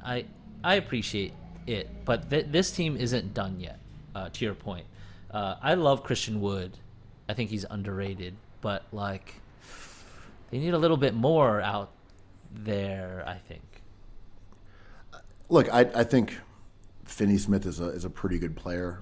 I like him. But, this year, he's basically league average in scoring efficiency. His true shooting is not good. It slumped this year. It's been good for previous seasons. I think he's a pretty good shooter. But beyond that, he's not a hyper impactful defensive player, in my opinion. I think he's pretty good on the ball, but he does not get a lot of steals. I think like deflections, he's probably like in the top 200. He knows where to stand, though. He's useful. He's useful, but I do think part of his reputation, and I'm not hating on him here at all. I think he's like a solid player. Was based on that he was so cheap early in his career, that he was viewed as being this an amazing bargain that Dallas had cultivated and turned into a quality shooter, and really, more or less just fomented a valuable asset. A guy who over the course of his career went from shooting under 30% to league average to shooting 40% from three on pretty good volume. But they also had to pay him along this way. So now he makes $15 million a year. So it's not a bad contract. Quality players make good money, but it's not some bargain basement, contributor. He makes pretty good money. He makes 12 this year, 13 next year, 14 next year, and a 15-player option. That's not nothing. Player options are not. He's taking that. He's taking that. Are not that tantalizing either, right? Look, one thing that's the Nets could potentially do here is flip both of them and picks for one of these rumored stars, a Levine, someone along those lines. Like they could try to make one of those trades. I don't know, DeRozan, someone who may be on the outs for a team that has been disappointing this year. And one of the nice things about Dinwiddie's contract, if you acquire him, is that I believe next year is not fully guaranteed. So you could basically match contracts for like $30 million with them together, just as they did in the Kyrie deal. But then you wouldn't have to actually pay Dinwiddie for next season. That it's generally for all purposes, his is an expiring contract if you want it to be. Yeah. Those picks are nice, but to your point, they do nothing for KD's timeline. Assuming KD stays, I don't think Sai wants to blow this up. I think you add on to this team this week.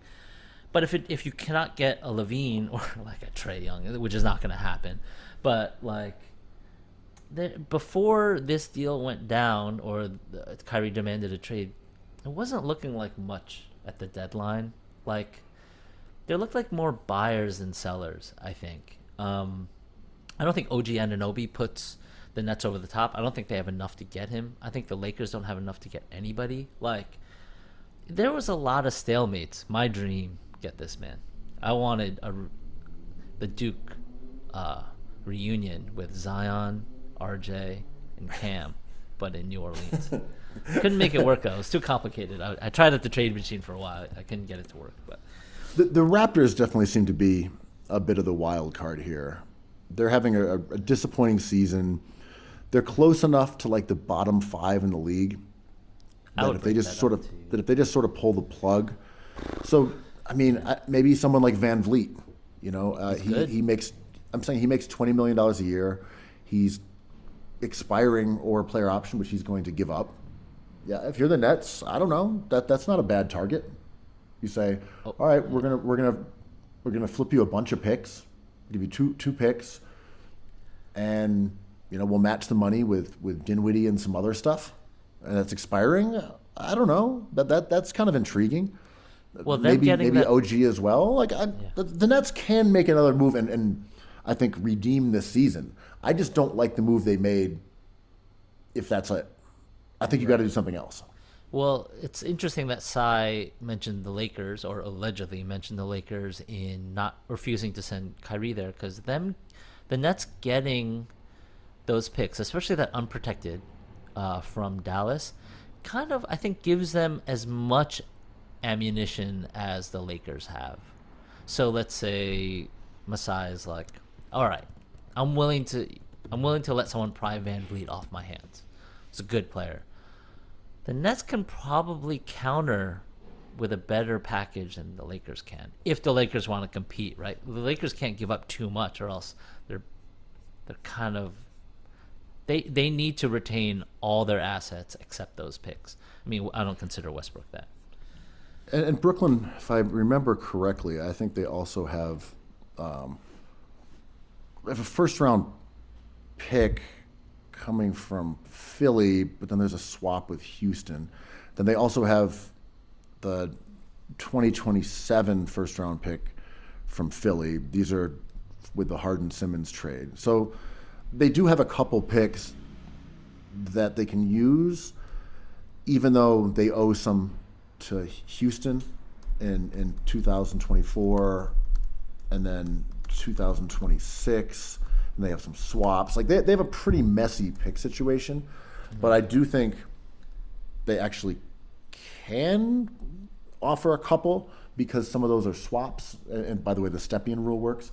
So, yeah, if I were them, the Raptors are a trade partner I would certainly be looking at, whether that's for OG or Van Vliet. Those are guys that I think would be like nice fits if the Nets do intend on continuing to contend, which I would presume they do because they have Kevin Durant on the team. Yeah. I don't know. I'm kind of speechless, right? Like, because none of these like seem like great deals for anybody. Like, if I'm the Raptors, like, I really don't want to break up this team. I don't know if building around Scotty Barnes is going to be better than just riding out another season with these guys. That said, if they go into next season with this exact roster or a similar roster and they don't perform again, like, you've made an error in your foresight that is not good. But this team was like projected to be pretty good. These are good players, man. I also would deal Van Vliet first. Siakam I would try to keep, but you know, the rumored names going around like Levine, Van Vliet, and OG, those are good players. I just don't know the teams who need them have enough to get them. Yeah, I think OG and Van Vliet, if I'm Brooklyn, would be my two primary targets. I don't really care about Levine. I like them.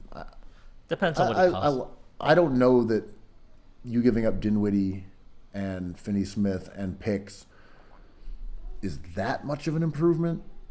Like, oh, we got Levine now. I don't know. He's good, but he's not really a defender. He doesn't really pass. He hasn't scored that well this year. I think he's a good player, but that move to me, I agree, is not as tasty as one of those Raptors guys, and maybe even absorbing Boucher's contract and having a little bit of a stretch five in the mix there, if that is a guy that the Raptors have soured on because he doesn't really play very much. Last thing, speaking of sour, the defeat I tasted. Yes. Between delicious tacos and swigs of mezcal yesterday, in the Cookies Bowl, as they call it, the Sixers went into Madison Square Garden and were crunched by your New York Knicks. Light work, man. Light work. It was. I was nervous because I was like, this roster is not as good as the Sixers roster. It feels like drawing blood from a stone. But down the stretch of the fourth quarter, like, we got this, man. This is just going to be a foul-a-thon at the end. Does Embiid have that dog? Were they sabotaged by Lavo Meatballs? Embiid had a moment that I really did not love. Went on Well, foul first shot. of all, I'm not even here talking Mamba mentality or like they just got outworked, but the Knicks just outworked them late. And I don't mean this isn't Beat stopped jumping. because, well, I'm not saying this is because the Knicks wanted it more. Or maybe they were fresher, which doesn't seem right because they were on the back end of a back-to-back. Maybe they're just better at rebounding. Maybe they're just quicker. They're more athletic. I don't know what it was, but The Knicks are that good, game- and they can beat any team on any given night sometimes. The Sixers can do Totally. it all the time. Totally, but with about 3 minutes to go, it was a 1.5, 2 possession game, and the Knicks just beat the Sixers on the offensive boards relentlessly. They got like 4 or 5 extra possessions, and a couple of those ended up in threes. There was one by McBride. There was one by Fournier. I think there was a drive that someone else scored on. Oh, it was a Julius Randle bank shot that went in. Like the Knicks just kind of like grind set mentality their way to like an 8-point advantage on second chance opportunities down the Hartenstein was stretch. good. That ended up being the difference in the game. Yeah. I mean, that was it. The Knicks just like eked out extra possessions and used them to score points.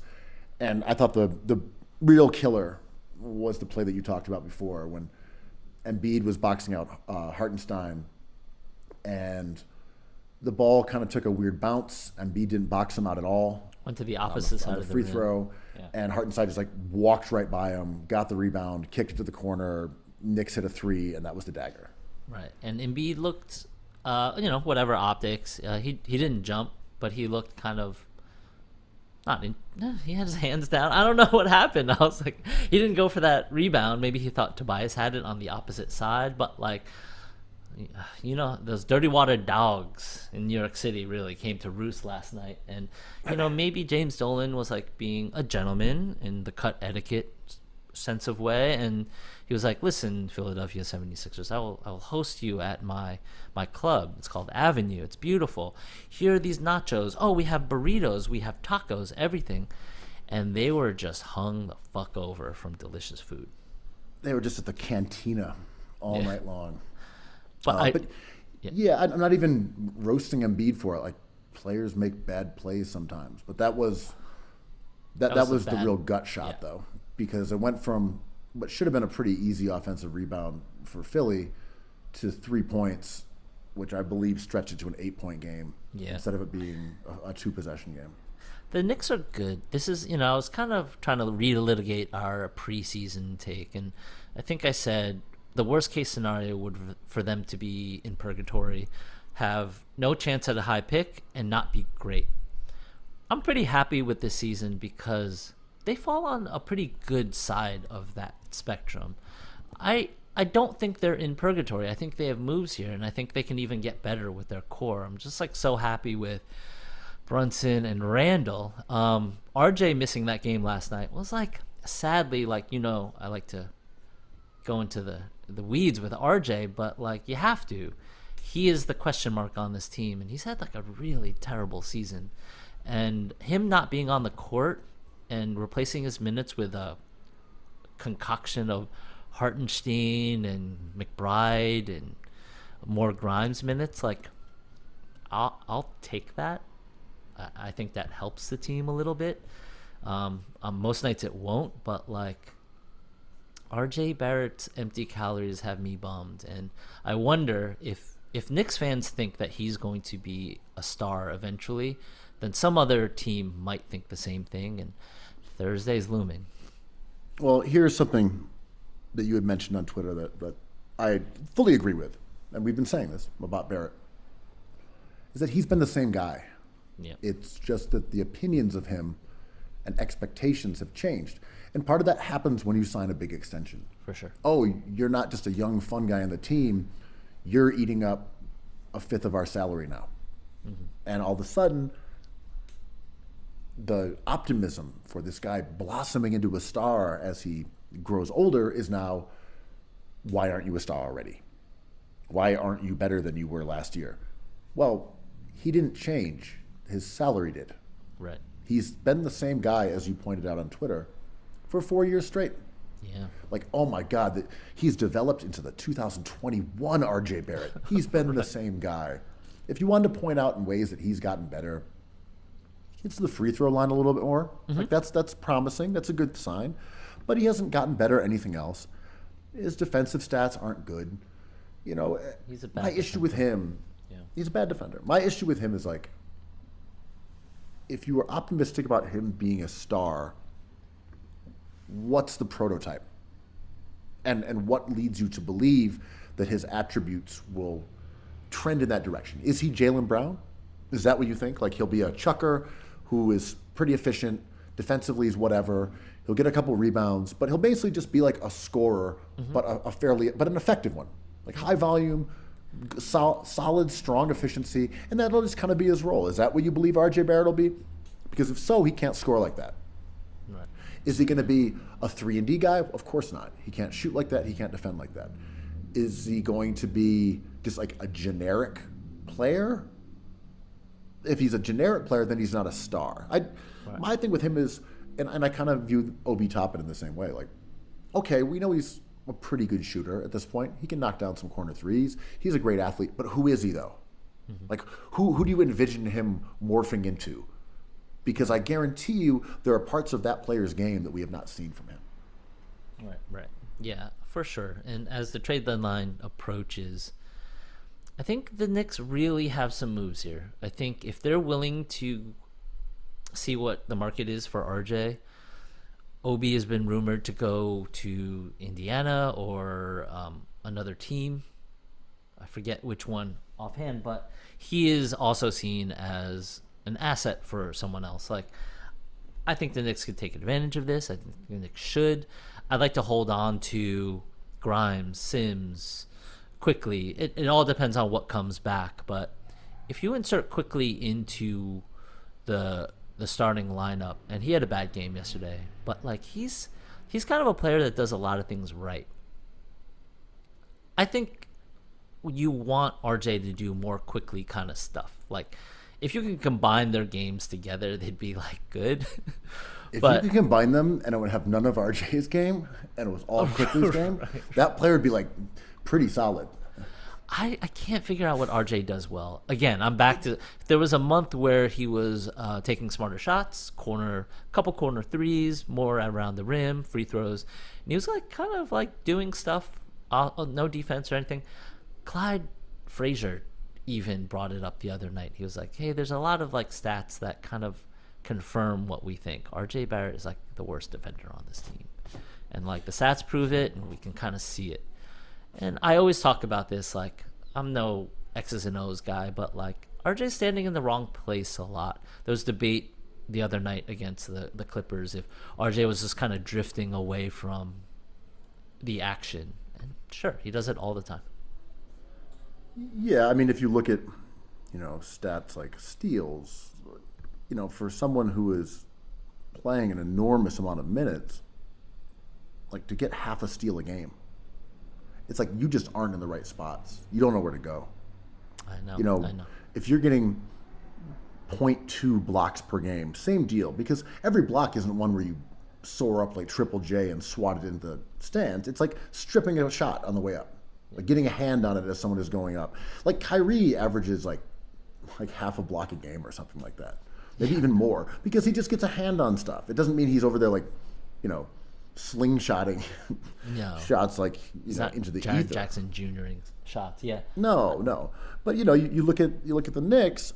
RJ Barrett has the lowest steals rate on the entire team. The only person who has a lower one is Trevor Keels, who has played 1 minute. Right. Block rate, he is 11th in block rate. He just doesn't do enough stuff. And let me give you another sad RJ Barrett thing. And I'm not even trying to rip on the dude. It's you're not, right? I just mean we've said this about him, and like I feel almost bad that people are turning on him because again, he didn't do anything. Guy. He didn't do anything wrong except sign the piece of paper that the Knicks put in front of him. But here's a crazy stat: when you take RJ Barrett off the court, the Knicks' net rating, their point differential, let the dogs out, is plus 7.3.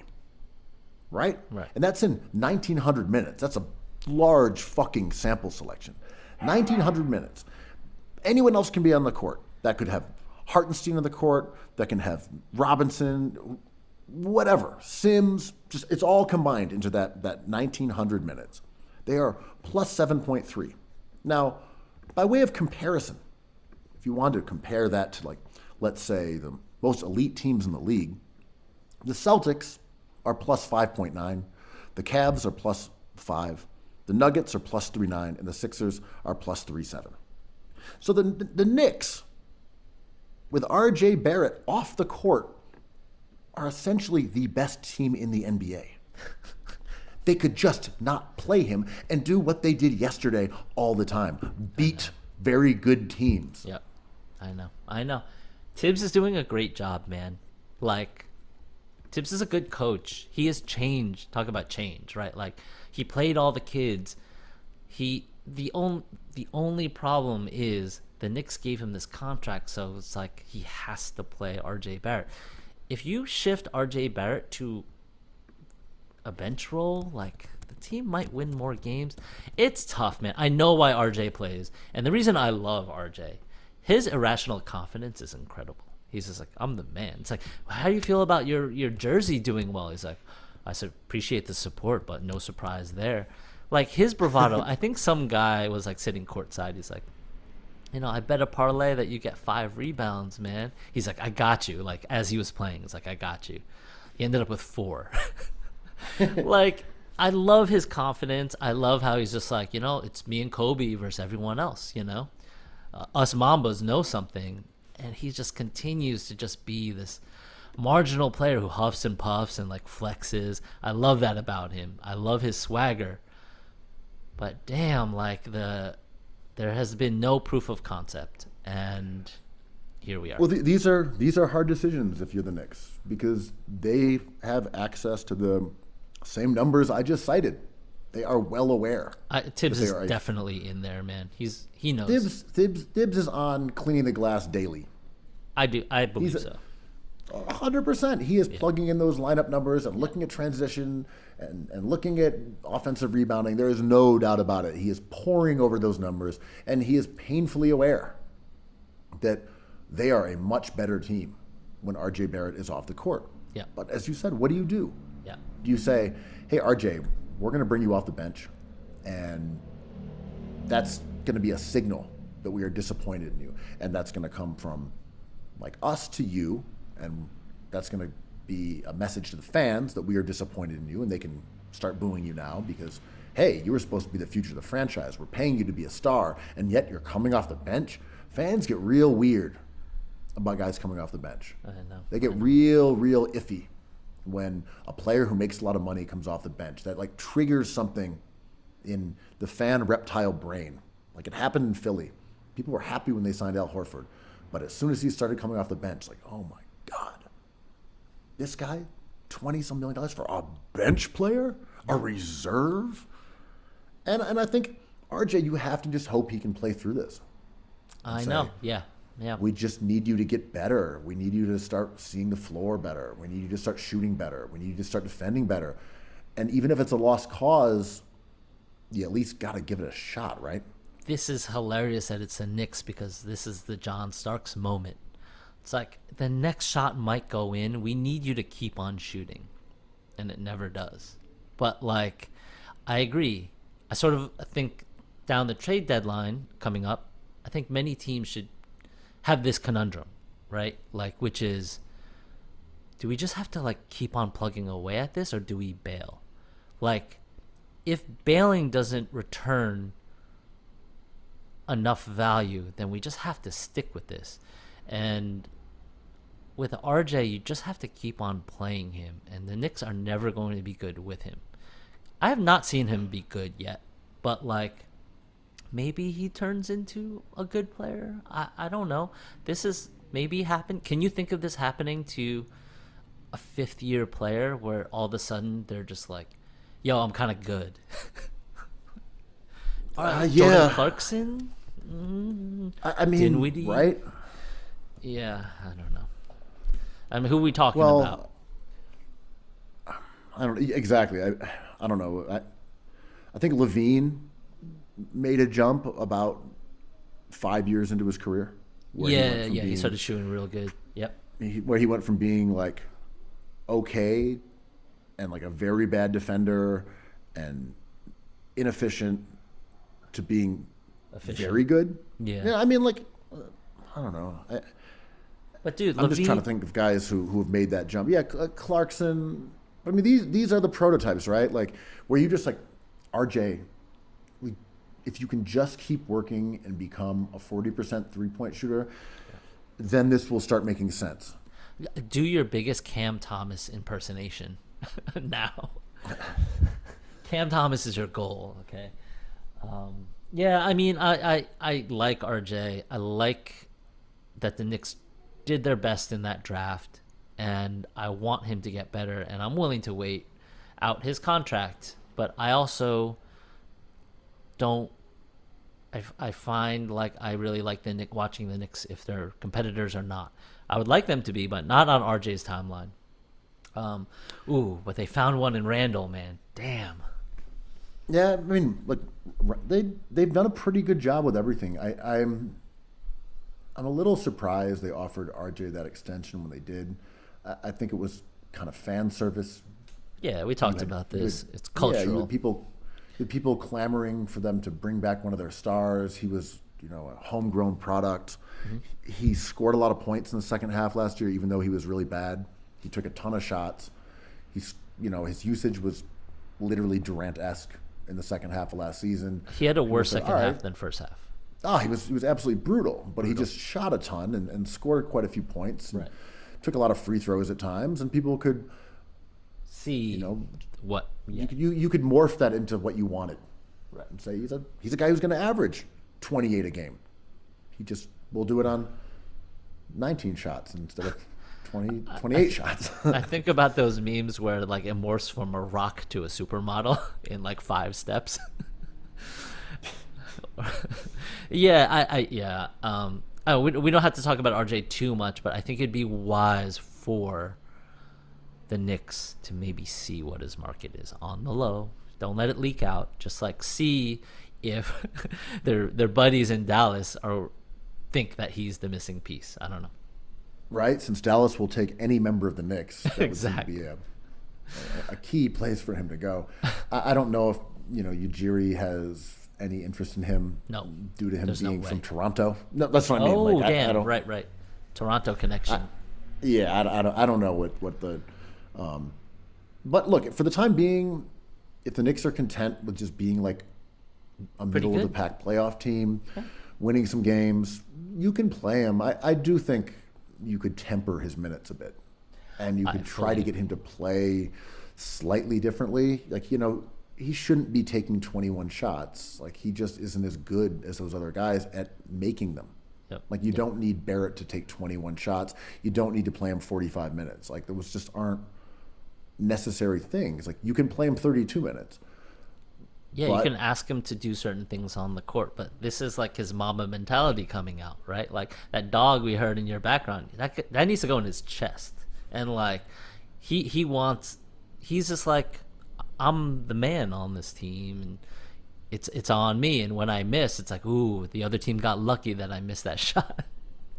Yeah, my biggest beef with him is just that he just doesn't seem to have very great like spatial command of the court on either side, and I find that like aggravating as a viewer sometimes when you'll see a 2-on-1 break and he just won't even runs the wrong direction. See the other person out there. And maybe we've talked about this before, but I think about this sometimes in pickup basketball, right? Where I'm like, there are times, I think one of the weaknesses that I have amongst many, but one that I've noticed is that when I'm running a pick and roll, sometimes I just don't see the third defender coming over. Right. Like I can get the ball where I want and hit the roll man, bounce pass or a lob, whatever, but I sometimes just don't see how close the helper is. Sure. And when you watch someone like Rubio or just thinking like great passers, Rubio or Luka, they see that guy coming and they'll fake the pass to the roll man and then swing it to the corner for an open three. Or they'll look to that three-point shooter to freeze that guy, then hit the roll man. I know that there is this like blind spot when I'm running pick and rolls where I just don't see those three components coming together at once.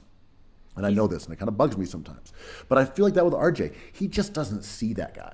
I don't think it's like, I'm going to score, my teammate can't. I think he literally can't process that he has an open teammate running along next to him some of the time. Or that when he drives and two defenders come, he doesn't know where someone is open.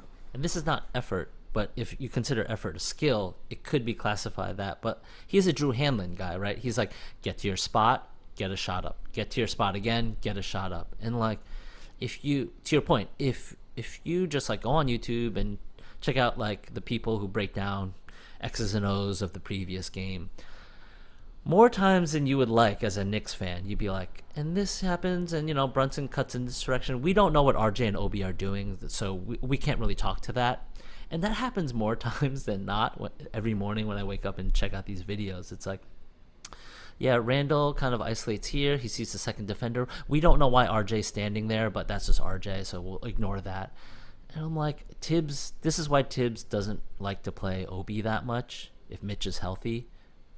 Mitchell Robinson's an awesome player. The Knicks should not trade him. But like, he does get hurt, but he is good, and that's why they were good. But RJ Barrett, like, it's the Amari Stoudemire thing. It's just like, you want to do the thing. You're just in the wrong place, looking in the wrong direction, cheating the wrong way. Like, stunting is such like a big deal in 2023 NBA.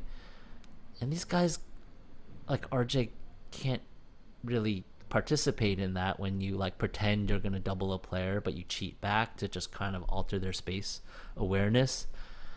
It's too complicated. I can't do it on the court like that. And RJ, like, he's got to figure out a way to contribute to the team, and if he's not hitting a shot, I don't know what that is. Yeah, I think, guys in a spread court offense of the modern game can learn to make reads. Okay, you're going to drive, the help is going to come from here, you're going to kick to the corner. You're going to see how this rotation is on film a million times, we're going to practice it, we're going to walk through it, and you're going to make that diagonal pass to the corner on the opposite side, and we'll get a three there. And we've seen guys like Tatum, players who are not naturally gifted passers or particularly intuitive, just learn by like memorization and the mechanics of what's going to be open on certain plays. Like, if the guy helps, you kick to that corner. If they don't, you can throw the lob. Like, that's what's going to be there when you run this play. And you can learn it, and you can make those reads successfully. And then we see when things get really chaotic that breaks down. When you don't know what the defense is going to do, when it's a scramble, when it's a broken play, when you're just trying to create something, you don't necessarily know where guys are going to be if you don't have that more innate spatial understanding and Brunson's good vision. at that. Yeah, Brunson plays under duress constantly. Yes. He's always under duress. He's Same just with Quickly. looking around, trying to find places, weaving in and out. But I like it. I think RJ can make those like really basic reads. The problems with him, to me, occur when he drives into a crowd of people, and he gets out on the break and tries to force the action. He just doesn't see the rest of the court. I think if he drives and the help comes, he can throw a lob, he can hit Mitch, he can kick to a corner. But it's the plays where it's not what you've practiced and seen written up and drawn up a million times where he really struggles. Maybe he should get rid of all of his mirrors. Or should he add mirrors? When I look into a mirror and I see this pod, Perfection. I just know it is. I don't need to look. I just you don't have to know look. it's- I love But let me cookies. tell you, I love cookies. gazing into the mirror, and it is a perfect pod. I love cookies. Cookies.